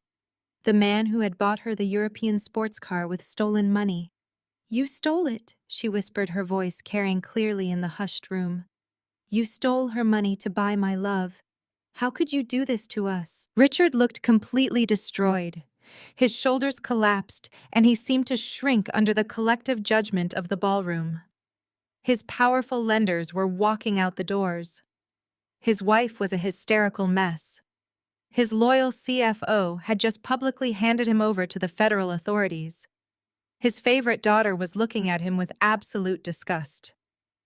The empire he had built on a foundation of lies and theft had evaporated in less than 10 minutes. I stood silently on the stage, observing the magnificent collapse. I did not feel a shred of pity. I watched Marcus ruthlessly throw Richard under the bus to save his own skin. It was perfectly in character. It was exactly the kind of toxic self-preservation that Richard and Vivian had bred into their inner circle. The moment the money disappeared, the moment the illusion of prestige vanished, they turned into a pack of starving wolves, tearing each other apart. Mr. Harrison. The general manager finally found his voice. He stepped forward, signaling his two security guards. The guards immediately moved past me, completely ignoring my presence, and marched directly toward Richard and Vivian. I think it is time for you to leave my hotel, Mr. Harrison said, his voice cold and devoid of any respect. And I will be forwarding the bill for tonight's event directly to your personal attorneys. Escort them off the premises immediately. I watched as the security guards grabbed Richard by the arms. He did not fight back. He simply let them pull him toward the service exit, his head hanging in total defeat. Vivian trailed behind him, weeping loudly, desperately trying to hide her face from the flashing cameras of the socialites who were now eagerly documenting her spectacular downfall. Marcus and Brittany hurried out a side door, fleeing the ballroom without looking back. The ballroom was slowly emptying, leaving behind a profound, satisfying silence. I stepped down from the stage, my posture perfectly straight, my expression serene. The sweet absolute justice of the moment settled over me. I had not just liquidated a corrupt corporation. I had liquidated the very lies they used to justify my abandonment. But a narcissist cornered is a dangerous, unpredictable creature. The sudden violent sound of a physical struggle erupted near the service hallway. Richard, who had seemed completely broken and resigned to his fate just seconds prior, suddenly snapped. The crushing reality of his total public annihilation finally registered in his mind, igniting a wild, desperate, animalistic rage. He violently shoved the two hotel security guards away, throwing his heavy shoulders into them with enough force to send one guard stumbling backward into a brass luggage cart with a loud crash. "Get your hands off me," Richard bellowed, his voice cracking with sheer hysteria. His face was a mottled, dangerous shade of purple as he tore himself free from their grasp. He turned and charged back into the center of the grand ballroom, his eyes locked onto me with a look of pure, unadulterated hatred. He was breathing heavily, his custom-tailored tuxedo jacket pulling awkwardly across his chest, his perfectly styled hair now a disheveled mess. The illusion of the sophisticated, untouchable CEO was completely gone, replaced by a panicked, thrashing bully who had run out of places to hide and people to manipulate. Harrison Richard screamed, spraying spit into the air as he swiveled his furious gaze toward the general manager who was actively retreating toward the nearest exit. I demand you arrest this woman immediately. I am Richard Zenith. I am a titan of Chicago real estate. I own half the commercial properties in this financial district. You do not throw me out of a building. She is the trespasser. She is a corporate spy, and she is illegally trespassing on my private event. He was grasping at straws, trying to use the sheer volume of his voice to bend reality back to his will. The remaining hotel staff, the waitstaff, and the few straggling investors who had lingered near the doorways froze in absolute terror. No one moved to help him. No one obeyed his frantic, demanding commands. He was screaming into a void of his own making, barking orders to an empire that no longer existed. Realizing his authority had completely evaporated, Richard redirected his explosive rage back to the source of his destruction. He marched directly toward me, closing the distance between us with heavy, aggressive strides. Mr. Harrison urgently signaled his security team to intervene, but I raised my hand in a sharp, definitive gesture, ordering the guards to stand down. I wanted Richard to have his final moment. I wanted him to exhaust every last drop of his venom against my impenetrable armor. He stopped mere inches from my face. He was towering over me, attempting to use his physical size to intimidate me, a classic desperate tactic he had undoubtedly used to bully subordinates and business rivals for decades. I could feel the heat radiating from his flushed, furious skin. His breath smelled of expensive scotch and raw, unchecked panic. "I am going to destroy you," Richard seethed, his voice dropping into a vicious, trembling snarl. "I am going to sue you for every single penny you think you are worth. Those ledgers on the screen are nothing but highly sophisticated forgeries created by a deeply disturbed, vindictive girl. I will drag you through federal court for defamation, for extortion, and for corporate espionage. I have lawyers who will tie you up in litigation until you are bankrupt and begging for mercy." He raised a trembling, manicured finger and pointed it directly between my eyes. He was shaking with such violent intensity that I could see the veins pulsing angrily in his neck. He was trying to break my spirit one last time, trying to find the frightened, rejected 10-year-old girl he had discarded 23 years ago. "You think you have won because you put some fake papers on a screen?" Richard sneered, his upper lip curling into a repulsive expression of contempt. "You are nothing. You have always been nothing. You were a mistake we had to pay to get rid of a toxic burden that drained the life out of our family. You think this little stunt proves you are powerful? It just proves you are entirely alone." He leaned in closer, attempting to violently invade my personal space, trying to force me to flinch, to step back, to show even a singular ounce of fear or regret. "You will die a miserable, lonely failure, Chloe." He spat, his voice laced with the darkest, most concentrated malice I had ever heard. "You will spend your entire pathetic life desperately trying to destroy successful people because you are completely incapable of being loved. No one wants you. No one has ever wanted you. Vivian was right to hate you. I was right to sell you. You are a broken, unlovable freak, and you will die with absolutely nothing." He stood there breathing raggedly, waiting for the devastating impact of his words to take hold. He expected tears. He expected me to crumble, to scream back, to lose my composure and validate his desperate accusations of mental instability. He needed me to break so he could feel whole again. He needed to see the scared little girl he had abandoned, the one who cried herself to sleep wondering why her father did not want her. But that girl had died a long time ago, forged in the fires of corporate litigation and hardened by the very independence he had forced upon her. I did not flinch. I did not blink. I did not even shift my weight. I stood perfectly still, an immovable monument to his failure. I let the silence stretch, allowing his vicious, desperate insults to hang in the air, revealing themselves for exactly what they were: the pathetic projections of a terrified old man. He was accusing me of the exact fate that currently awaited him. He was the one facing bankruptcy. He was the one whose family had just shattered and abandoned him. He was the one who was going to die a miserable, lonely failure. I held his furious, bloodshot gaze, my expression completely serene, waiting for him to realize that his words no longer possessed the power to hurt me.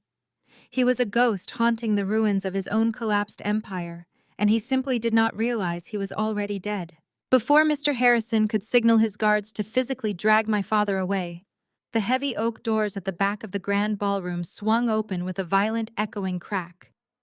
The brass handles slammed against the marble walls, the sound ringing out like a gunshot in the silent room. The remaining guests jolted, turning their heads in unison toward the entrance. Through the threshold marched 6 figures. They moved in perfect, terrifying synchronization. 6 men and women dressed in razor-sharp black suits, their expressions carved from stone. Each of them carried a thick, reinforced leather briefcase. They did not look like hotel security. They did not look like local police.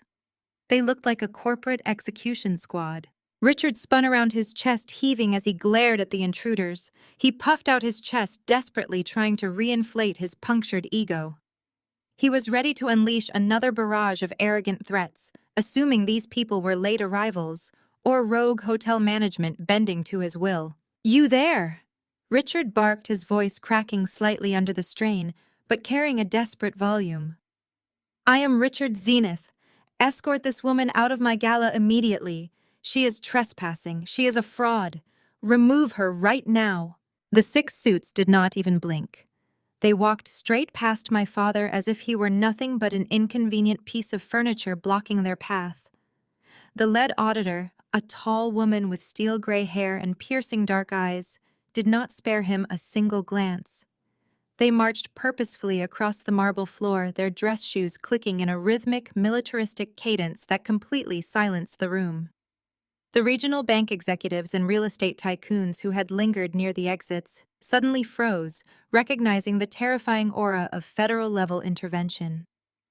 These were not standard accountants. These were the apex predators of the financial world. The squad reached the center of the room and seamlessly flanked me, 3 on my left, 3 on my right.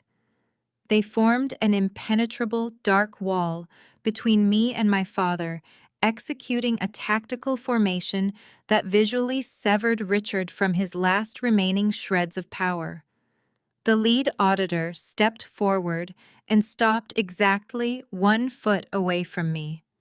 She opened her briefcase with a sharp, definitive click, retrieved a sleek black tablet, and extended it toward me with absolute deference. "Miss Sterling," the lead auditor said, her voice carrying clearly across the breathless ballroom. "The preliminary asset freeze is complete. We have successfully locked all 72 accounts associated with Zenith Holdings, the subsidiary shell companies, and the personal estates of Richard and Vivian Zenith. The injunctions have been filed with the federal court and approved by the sitting judge." I took the tablet, letting the cool glow of the screen illuminate my face. Rows of red numbers and locked account statuses scrolled endlessly down the display. Everything he owned, everything he had built with my inheritance, was now under my total control. "Thank you, Ms. Vance," I replied, my voice projecting a calm, lethal authority. The entire atmosphere of the room shifted in a single heartbeat. The final vestiges of familial melodrama evaporated entirely. This was no longer a messy family dispute or a public argument between an estranged father and daughter.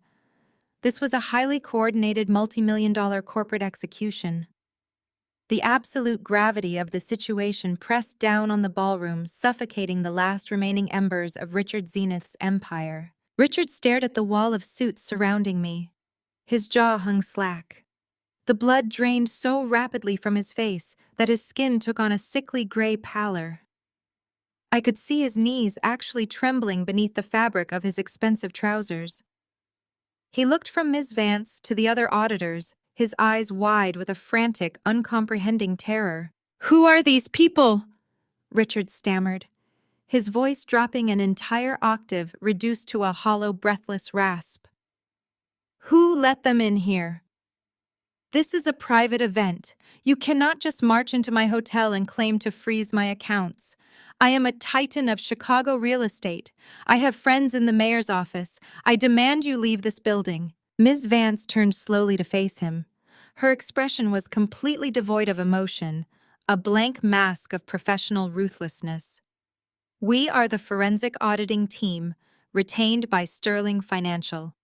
Mr. Zenith, she stated, her words slicing through the air like a scalpel. And we did not need permission from hotel management to enter. We are executing a federal mandate alongside the authorities, who are currently securing your corporate headquarters downtown as we speak. Every server, every hard drive, and every paper file is being boxed and seized for the ongoing criminal investigation. Richard took a stumbling step backward. He bumped into a high-top cocktail table, sending empty champagne flutes clattering and shattering against the marble floor. The sharp sound of breaking glass made Vivian shriek from the corner where she was still cowering. Richard's hands began to shake violently. He reached into his tuxedo jacket, pulling out his cell phone with clumsy, uncoordinated fingers. "I have to call my lawyers," he muttered frantically, his thumb jabbing blindly at the screen. "I will have you all disbarred. I will have you arrested for corporate espionage. This is a setup. This is extortion. I will ruin every single one of you. You do not know who you are messing with.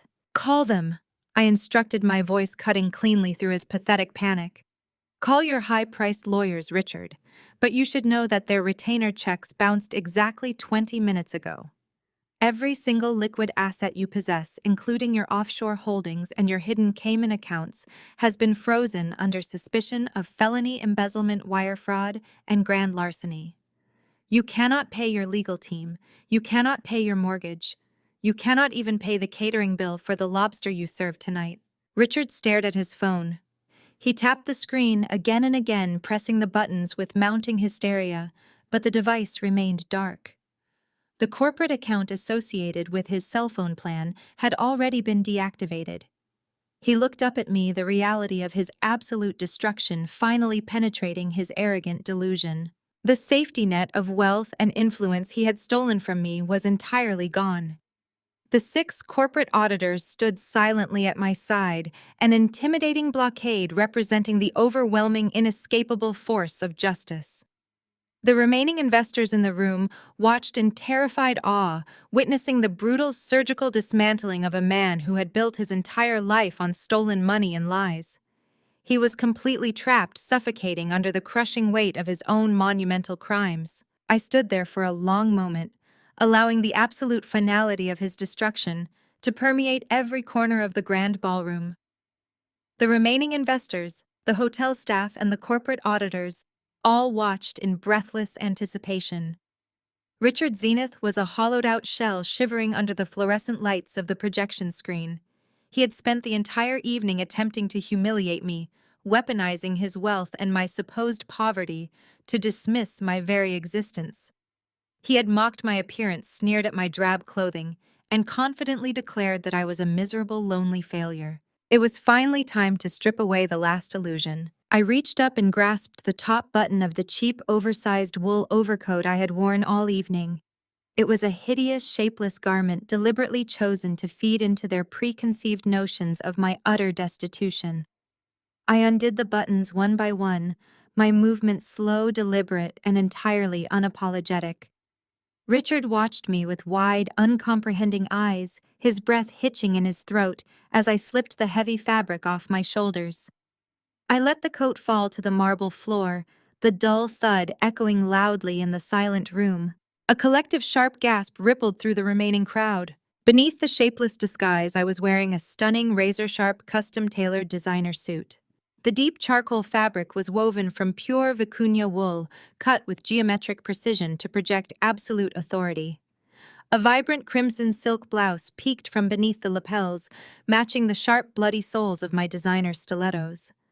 An understated but unmistakably flawless diamond collar rested against my collarbone, catching the light and refracting it brilliantly across the room. I did not look like a discarded, impoverished daughter begging for scraps of affection. I looked like a billionaire. I looked like an apex predator. Vivian let out a strangled, breathless sound from the corner of the room. Her tear-streaked face twisted into an expression of profound, agonizing shock. She was a woman who worshipped labels, a woman who measured human worth strictly by the cost of their wardrobe. She recognized the bespoke tailoring, the exclusive cut, the sheer staggering wealth radiating from my very posture. Her eyes darted from my diamond collar to the discarded cheap overcoat on the floor, her mind violently struggling to process the impossible visual before her. I stepped forward, leaving the crumpled coat behind me, like a shed skin. I picked up the microphone from the cocktail table, the cool metal grounding me in the present moment. I turned to face the remaining titans of Chicago real estate, ensuring my voice would carry to every single person in the room. For 23 years, you convinced yourselves that you threw away a piece of garbage. I announced, my voice ringing out with crystal clear, lethal precision. You built a narrative that I was a failure, a toxic burden, a helpless victim completely incapable of surviving without your money. You convinced your friends, your investors, and your golden children that I simply faded away into miserable obscurity. I turned my gaze directly onto Richard. He was trembling violently, his eyes darting wildly between my tailored suit and the 6 corporate auditors standing in perfect formation behind me. "Allow me to formally reintroduce myself," I said, my tone dropping to a glacial chill. "I am not a discarded child begging for a place at your table. I am the managing partner and majority shareholder of Vanguard Acquisitions."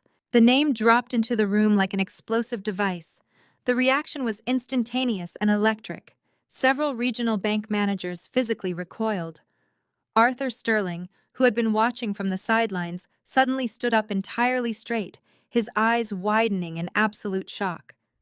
In the high-stakes world of commercial real estate and high-finance Vanguard Acquisitions was a legendary, terrifying entity. It was a ghost firm, a ruthless corporate liquidator, known for silently acquiring the debt of bloated, corrupt organizations and dismantling them with surgical, unforgiving precision. Richard let out a pathetic, wheezing gasp. His legs finally gave out and he collapsed onto his knees, the expensive fabric of his tuxedo pants hitting the cold marble floor. "Vanguard." He whispered the word, barely escaping his trembling lips.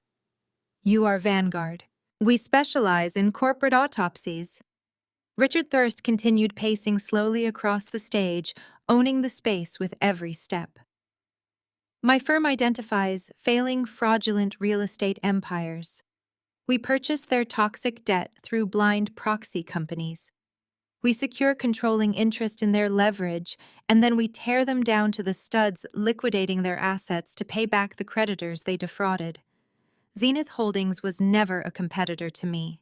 You are simply my latest target." I gestured gracefully toward Ms. Vance and her team of auditors. "I did not just hack your servers to find those embezzlement records tonight," I explained, looking down at my father's pathetic kneeling form. "Vanguard Acquisitions purchased your primary commercial loans from your creditors 3 weeks ago. When Marcus began frantically moving money to cover your impending margin calls, he was moving that money directly into accounts controlled by my firm. I am not just the woman exposing your crimes to the federal authorities. I am your primary creditor. I own your debt. I own your properties. I own Zenith Holdings." Vivian let out a piercing, hysterical wail. She scrambled across the floor on her hands and knees, ignoring the shards of broken champagne glasses. She reached out desperately, trying to grab the hem of my trousers. "Chloe, please." Vivian sobbed, her manicured fingers clawing at the empty air, as I easily stepped out of her reach. "We are your family. We gave you life. You cannot do this. You have all this money. You are Vanguard. You can save us. You can pay the feds. You can fix the ledgers. You are a billionaire. Please save your father." I looked down at the woman who had happily traded my childhood for a country club membership. I felt absolutely nothing. No anger, no sadness, just a profound, sterile emptiness. "You do not understand how a liquidation works, Vivian," I said smoothly, my voice echoing off the high ceilings. "Vanguard Acquisitions does not rescue corrupt companies. We carve out the rot. We seize the stolen assets, we turn the executives over to the Department of Justice, and we sell the remaining scraps to the highest bidder. Zenith Holdings is dead. Your offshore accounts are frozen. Your mansions will be seized by the federal government by tomorrow afternoon to pay back the trust fund you completely emptied." Richard was hyperventilating, his hands clutching his chest as he stared up at me. He was completely broken, his mind finally snapping under the overwhelming reality of his total defeat. He had spent his entire life valuing power and wealth above all else, only to be utterly destroyed by the daughter he deemed worthless, using the very weapons he worshipped. I turned my back on them, addressing Ms. Vance and her team. Initiate the final asset transfer protocols, I instructed the lead auditor. Contact the federal authorities and inform them the target is secure. I dropped the microphone onto the floor. It clattered loudly, a final definitive period at the end of the Zenith family legacy. I turned and walked toward the main exit, my designer heels clicking sharply against the marble, leaving Richard and Vivian weeping on the floor of their ruined empire, completely and utterly alone. "Wait!" Richard gasped, his voice tearing through the silent room like ripping paper. He scrambled up from his knees, his face flushing with a sudden manic burst of adrenaline.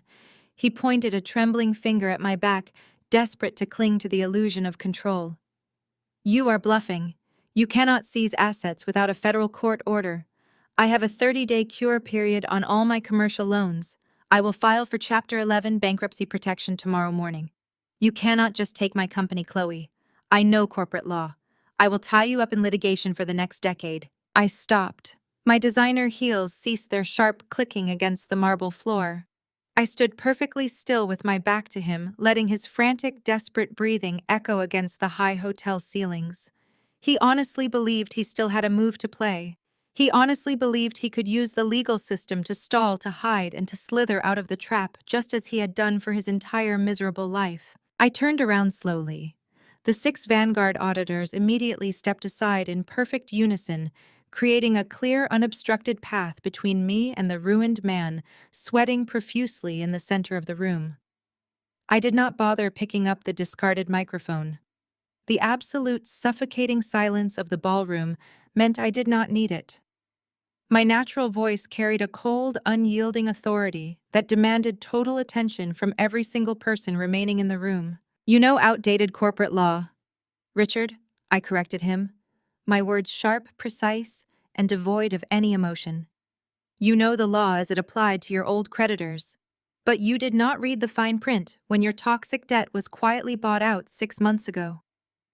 Richard blinked, wiping a heavy bead of sweat from his forehead. 6 months, he repeated, his voice dropping to a hollow, breathy whisper. 6 months ago, Zenith Holdings was bleeding cash, I stated, walking slowly back toward him, closing the distance like a predator circling a wounded animal. "You were massively over-leveraged, drowning in high-interest loans, and desperate for a financial lifeline.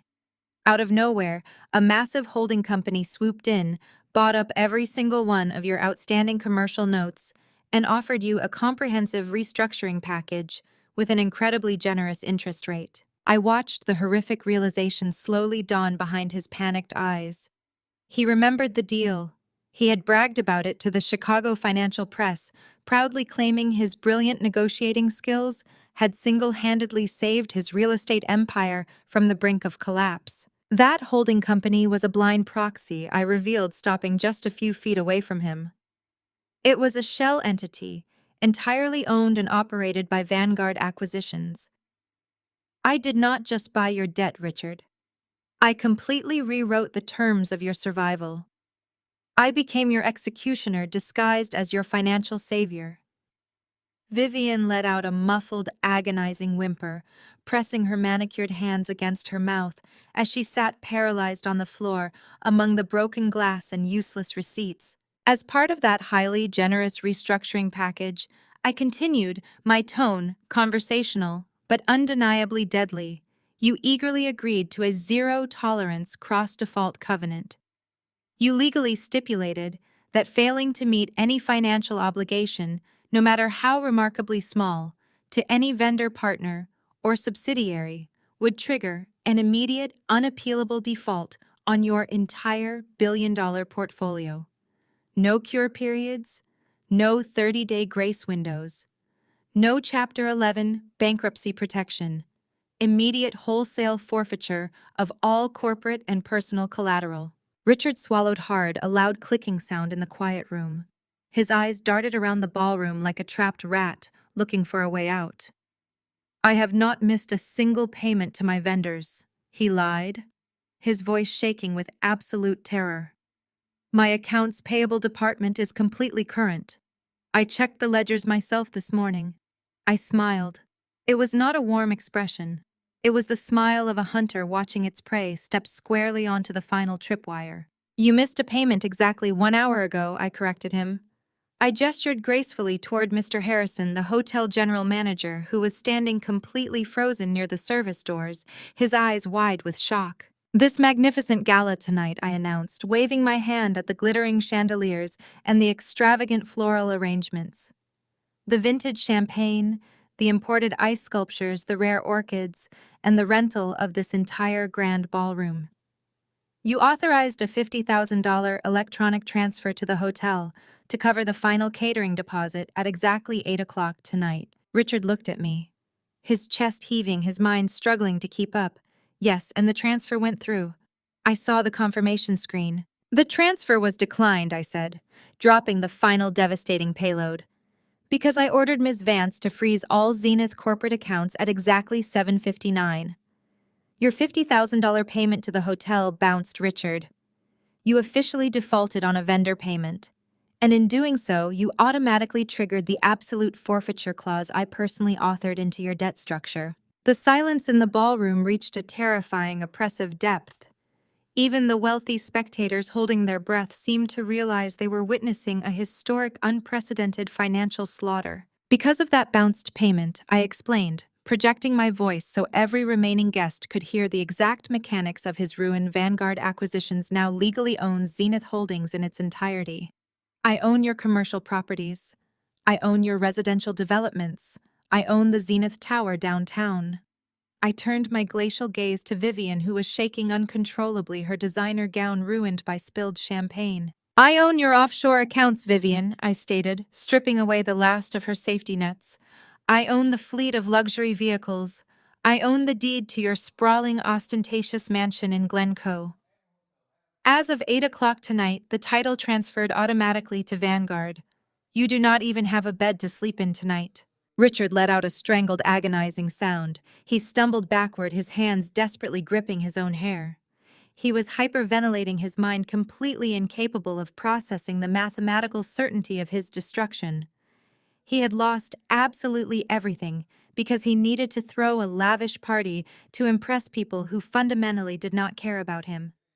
His own raging vanity had been the final nail in his coffin. I slowly raised my arm and gestured to the lavish buffet tables lining the walls, the towering seafood displays, and the silver chafing dishes filled with untouched delicacies. I am not a guest at your gala, Richard, I said, my voice ringing with absolute final dominance. I am your primary creditor. I own this event. I own the tables. I own the chairs. I own the very catering food sitting on those silver platters. You do not have the authority to throw me out of this building because you do not even own the expensive shoes currently standing on your feet. Richard dropped to his knees again, but this time he did not look up. He simply curled inward, a broken, defeated shell of a man weeping openly on the cold marble floor. The hostile takeover was complete. It was a flawless surgical strike executed perfectly in front of the entire Chicago elite. I turned to Ms. Vance, who stood at absolute attention with her tablet glowing in the dim light. Begin the asset tagging process, I ordered smoothly, adjusting the cuffs of my tailored suit. Inventory. Everything in this room that Zenith Holdings rented. It all belongs to Vanguard now. Secure the premises and coordinate with the federal agents waiting in the lobby. I did not bother looking back at my parents. They were no longer a threat. They were no longer family. They were simply a liquidated asset on a Vanguard spreadsheet. I turned and walked toward the main exit, my designer heels clicking sharply against the marble, leaving the absolute ruins of their empire behind me forever. The biting wind of the Chicago night hit my face clean and sharp. I stood under the glowing awning of the hotel entrance, handing my ticket to the valet. For the first time in 23 years, my lungs felt completely clear. The toxic, suffocating smog of the Zenith family was finally behind me. I was ready to step into my waiting car and leave them to the federal authorities. Before the valet could even retrieve my keys, the heavy brass doors of the hotel lobby burst open with a violent, shattering crash. Brittany came sprinting out onto the concrete drive. She was shivering violently in her strapless, backless designer gown, her perfectly pinned hair unspooling wildly in the freezing wind. Behind her, Vivian hobbled out, clutching the ruined skirts of her dress, her face a smeared, grotesque mask of running mascara and panic. Brittany had clearly just found her husband Marcus sobbing uncontrollably against a marble pillar inside. She knew. The reality of the Vanguard takeover had finally penetrated her thick, insulated bubble of extreme privilege. She knew the trust fund that had bankrolled her entire existence was frozen. She knew her sprawling estate was being seized by federal agents. She knew her husband's lucrative career was completely pulverized and that he was facing decades in federal prison. The golden, untouchable life she had effortlessly coasted through was evaporating into the freezing night air, leaving her with absolutely nothing. "You ruined everything," Brittany shrieked. She did not direct her rage at me. She spun around her face, contorted with an ugly, animalistic fury, and launched herself at our mother.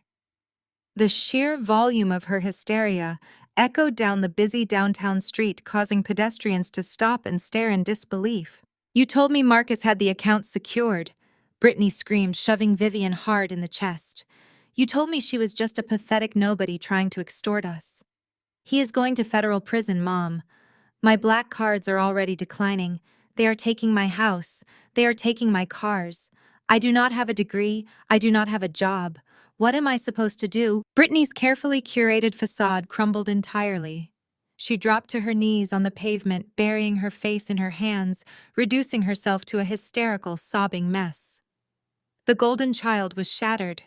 She did not care about her father's profound humiliation or her husband's impending incarceration. She cared exclusively about her handbags, her status, and her comfortable reality. She was a parasite panicking because the host had suddenly died. Vivian ignored Brittany's screeching entirely, her eyes locked onto me wide with a frantic, primitive desperation. She lunged forward, throwing herself onto the freezing, salt-stained concrete of the valet drive. She scrambled on her hands and knees, ignoring the dirt ruining her expensive gown, and landed directly at my feet. It was the ultimate desperate play of a cornered narcissist. Stripped of her money and her power, Vivian resorted to the oldest toxic parent tactic in existence. "Chloe. Please," Vivian begged, her voice a ragged, wet sob. She reached out, trying to wrap her manicured hands around my ankles. I stepped back smoothly, letting her grasp at empty air. "You have made your point," Vivian cried, pressing her face toward the cold ground. "You have won. You destroyed Richard.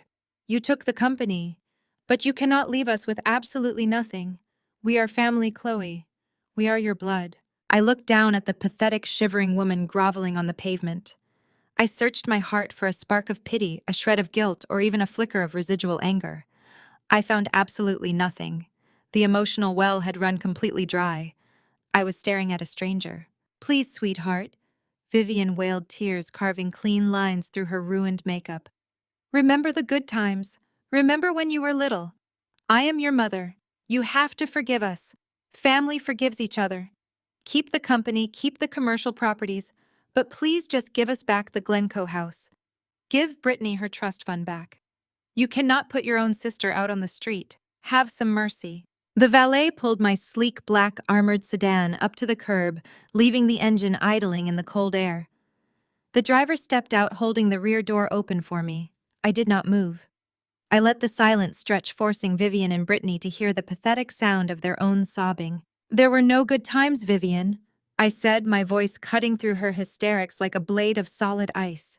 "There was only a terrified 10-year-old girl trying desperately to earn the love of a mother who looked at her with pure disgust. You did not love me when I was a child. You certainly do not love me now. You only love the billions of dollars I currently hold."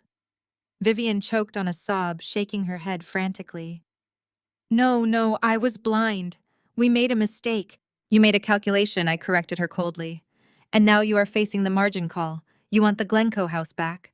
That house was purchased with money stolen from regional banks. You want Brittany's trust fund restored.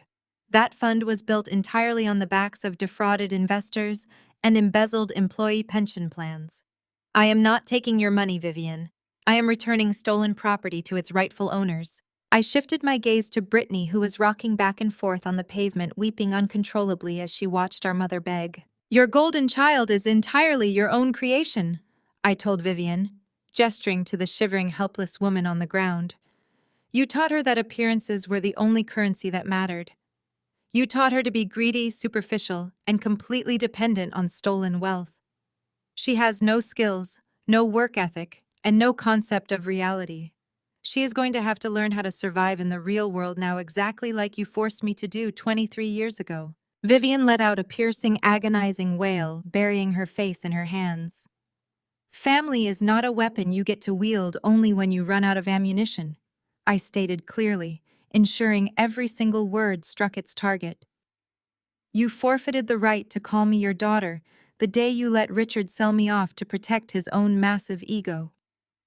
Vanguard Acquisitions does not negotiate with frauds, and I do not negotiate with strangers." I turned away from the two women sobbing on the frozen concrete.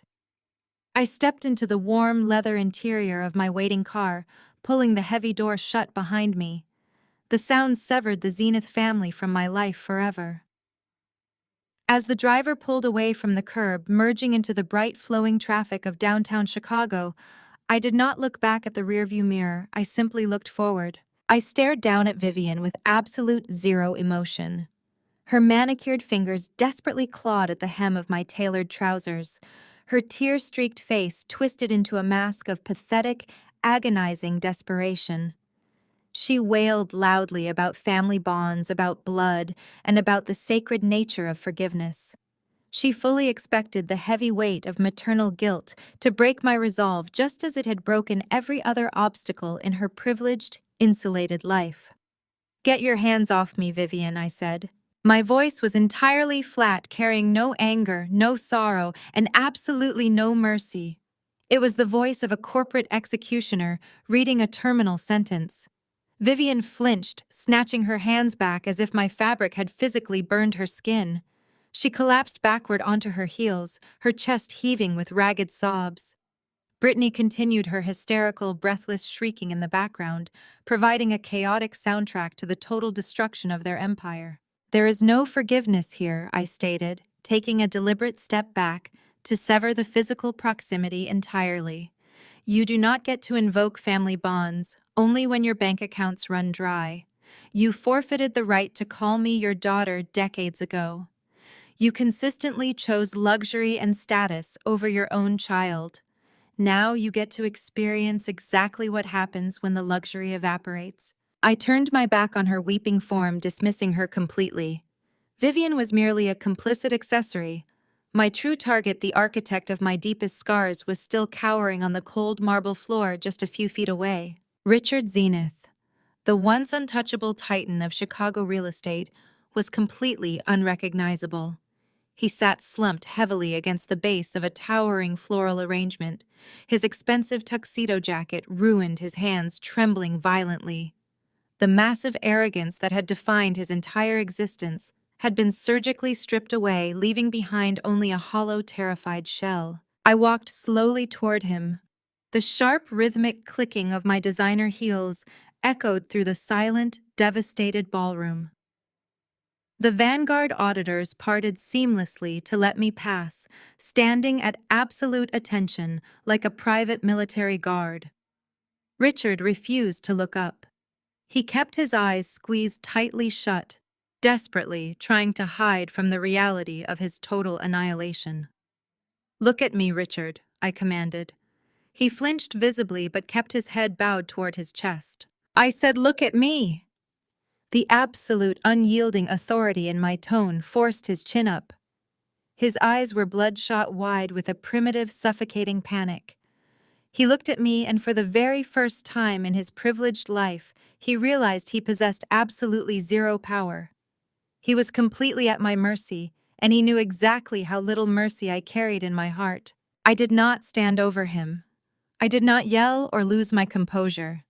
Instead, I gracefully lowered myself, folding my legs until I was kneeling directly at his eye level. I brought my face mere inches from his, forcing him to endure the unwavering glacial intensity of my gaze. 25 years ago, I began my voice a quiet, lethal whisper that cut sharply through the ambient noise of the room. You took me to the international terminal. I was 10 years old. I was clutching a small, cheap backpack, completely terrified of the massive crowds, trusting you blindly to guide me. Richard swallowed hard, a loud clicking sound in his dry throat. A fresh, heavy bead of sweat rolled down his pale forehead. You stopped at gate 24? I continued enunciating every single syllable with surgical precision. You handed me a crumpled $200 bill. You told me you were going on a luxury vacation with your new family. You told me I was not invited. You told me I was excess baggage. He squeezed his eyes shut again, shaking his head slightly side to side, as if he could physically reject the memory of his own monstrosity. Open your eyes, I snapped. He obeyed instantly, his breathing ragged and shallow. Do you remember the very last thing you said to me before you turned your back and walked away? I asked, keeping my gaze locked on his terrified pupils. Do you remember the definitive advice you gave a crying 10-year-old girl you were abandoning in a busy airport? Richard opened his mouth, but no sound came out. His lips moved silently, forming formless words his shattered brain could not voice. I remember, I whispered, leaning in a fraction closer. I remember every single word. You looked down at me, incredibly annoyed by my tears, and you said, "Smart people know how to fend for themselves. You will figure it out." The remaining color completely drained from his face. The echo of his own profound cruelty slammed into him, a ghost from the past returning to deliver his final execution. You were right, Richard. I smiled. It was a terrifying mechanical expression devoid of any joy. I did figure it out. I fended for myself. I built an empire from the absolute nothing you left me with. And then I used that empire to systematically dismantle yours. I stood up, rising to my full height, towering over the broken patriarch. I smoothed the lapels of my tailored suit, shifting instantly from the wounded daughter to the ruthless corporate conqueror. My legal team has officially seized every corporate account associated with Zenith Holdings. I announced, projecting my voice so Ms. Vance and her team could hear the final operational directives. Your offshore safe havens are permanently frozen. Your commercial real estate portfolio is currently being transferred to Vanguard Management.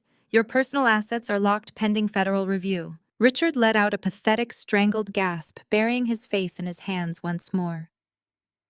Brittany stopped screaming long enough to stare at me in absolute breathless horror. You have exactly 2 hours, I stated, delivering the logistical death blow. You have 2 hours to clear any personal non-corporate items from your executive office upstairs. You may take your family photos and your personal correspondence. Everything else belongs to Vanguard. I extended my hand. Ms. Vance immediately stepped forward and placed a thick, legally binding eviction notice into my palm. I dropped the heavy stack of papers squarely onto Richard's lap. When those 2 hours are up, I continued, federal authorities will arrive in the lobby of this building. The Department of Justice and the Securities and Exchange Commission have coordinated a joint operational strike. They are going to seal the entire Zenith Tower for a comprehensive corporate fraud investigation. They will be seizing your servers, your hard drives, and your physical ledgers. Vivian let out a sharp, piercing shriek of pure terror from across the room. The reality of federal prison had finally registered in her mind. You are done, Richard, I said, looking down at the ruined man one last time. You are completely liquidated. Your legacy is erased. I turned my back on the absolute ruins of my family. I walked decisively toward the grand exit, the Vanguard auditors falling into perfect synchronized formation behind me. I did not hesitate. I did not look back at the crying women or the shattered man weeping on the floor. I walked through the heavy brass doors and out into the crisp, freezing Chicago night. The air tasted incredibly sweet. I had figured it out, and the victory was absolute. Even through the thick, insulated glass of the hotel's heavy brass doors, I could hear the muffled sounds of the Zenith family tearing each other to pieces. The high-pitched, hysterical shrieking belonged to Brittany, her voice cracking as she hurled vicious accusations at Vivian. I heard the sharp, sudden sound of a physical scuffle followed by a heavy thud and a scream. Without their billions to shield them, without the thick layer of extreme privilege to keep them civilized, they had instantly devolved into starved, desperate animals turning on one another in a cage. There was no loyalty. There was no love. There was only the ugly, frantic scramble for survival as their golden lives evaporated in seconds. I stood on the curb, my posture perfectly straight, my shoulders relaxed. The freezing Chicago wind whipped around me, biting at my cheeks and tossing my hair, but I did not shiver. The crisp night air felt like a baptism. It was pure, clean, and entirely devoid of the suffocating toxic smog that had choked me for the past 2.5 decades.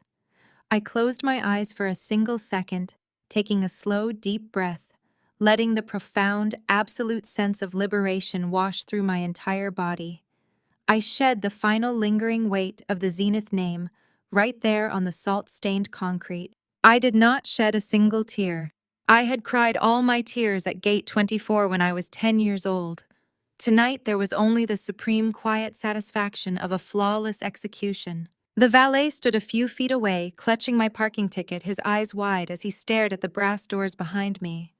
Before he could move to retrieve my armored sedan, a vehicle turned off the main avenue and glided smoothly up the circular drive. It was not my usual car.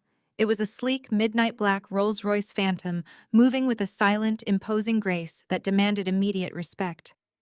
The massive vehicle pulled to a halt directly in front of me, its polished exterior reflecting the glittering city lights. The rear passenger window glided down with a soft mechanical hum.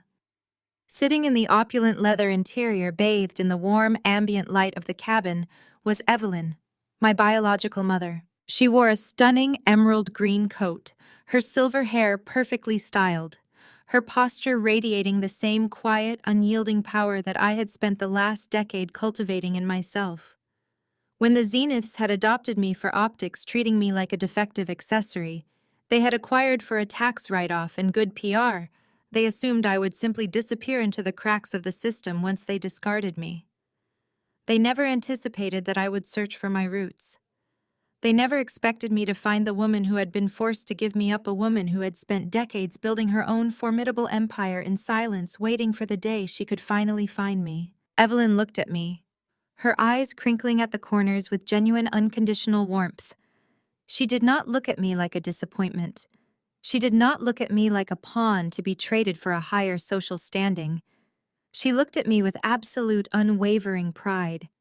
She extended her hand toward the open window, holding a crystal flute filled with pale, bubbling vintage champagne. "Is it finished, my darling?" Evelyn asked, her voice rich, melodic, and soothing. I stepped up to the edge of the Rolls-Royce, letting a genuine, relaxed smile touch my lips for the first time all evening. "It is completely finished," I replied. "They have absolutely nothing left. They are currently ripping each other apart in the lobby." Evelyn let out a soft, elegant laugh, shaking her head slightly. "Predators always turn on each other when the meat runs out," she observed calmly. "Come inside. It is freezing out there, and we have an empire to run tomorrow." The driver, a stoic man in a pristine uniform, stepped out and opened the heavy coach door for me. I slid into the expansive rear cabin, sinking into the heated, butter-soft leather. The door clicked shut instantly, sealing us off from the biting wind and the distant muffled screams echoing from the hotel. The cabin smelled of expensive leather, faint vanilla, and total security. Evelyn handed me the crystal flute. The chilled glass felt perfect against my skin. She picked up her own glass from the center console, turning her body slightly to face me. "You did exceptionally well tonight, Chloe," Evelyn said, her eyes meeting mine with profound respect. "You took back everything they stole from you, and you did it with flawless precision. You did not let their emotional manipulation sway you. You showed them the exact amount of mercy they showed you when you were a child. None at all." I took a sip of the champagne. It was crisp, complex, and incredibly smooth. "They tried to use the word family against me at the very end," I told her, watching the bubbles rise in my glass. "Vivian threw herself on the ground and begged me to remember our family bonds. She actually expected me to forgive her because she signed adoption papers and forced her last name onto my life." Evelyn reached out, placing her warm, comforting hand gently over mine. "The Zeniths never understood what family actually means. Evelyn said softly. They thought it was a legal contract. They thought it was a brand they could manage and control. They believed they could demand loyalty and respect through fear and financial isolation. I looked at the woman sitting beside me. We had not shared a childhood, but over the past 10 years we had shared everything else. She had funded my first independent business venture when no bank would look at me. She had sat by my hospital bed when I had pneumonia. She had celebrated my victories, guided my strategies, and provided the unbreakable safety net the Zeniths had so cruelly ripped away from me. True family is not about legal documents, forced proximity, or the toxic expectation of endless forgiveness, I said, leaning my head back against the plush headrest as the Rolls-Royce smoothly accelerated away from the curb. No, it is not, Evelyn agreed, raising her glass toward me. True family is about the people who actually show up for you when you have absolutely nothing to offer them. It is the people who believe in your potential before you even see it yourself. I raised my glass to meet hers. The crystal clinked with a bright, clear chime that resonated perfectly in the quiet cabin. True family, I whispered, smiling at the only mother who had ever actually loved me, is the people who never leave you at the gate. We drank our champagne as the Rolls-Royce glided seamlessly onto Lakeshore Drive. I watched the glittering skyline of Chicago blur past the tinted windows. Behind me, the Zenith Empire was crumbling into dust, seized by federal agents and dismantled by the sheer weight of its own corruption. But I was no longer looking backward. I was moving forward, surrounded by warmth, protected by real loyalty, and stepping into a brilliant future that was finally entirely my own. True empowerment comes from building your own strength, instead of waiting for toxic people to validate your worth. Chloe did not merely survive her childhood abandonment, she utilized that forced independence to systematically dismantle the corrupt empire that hurt her. The ultimate lesson is accountability. Those who build their lives on deceit, entitlement, and cruelty will inevitably face absolute ruin when confronted with unwavering boundaries. Forgiveness is never a free pass for abuse, and sometimes the healthiest choice is simply walking away. Share your story of leaving a toxic environment to build your own personal success in the comments below.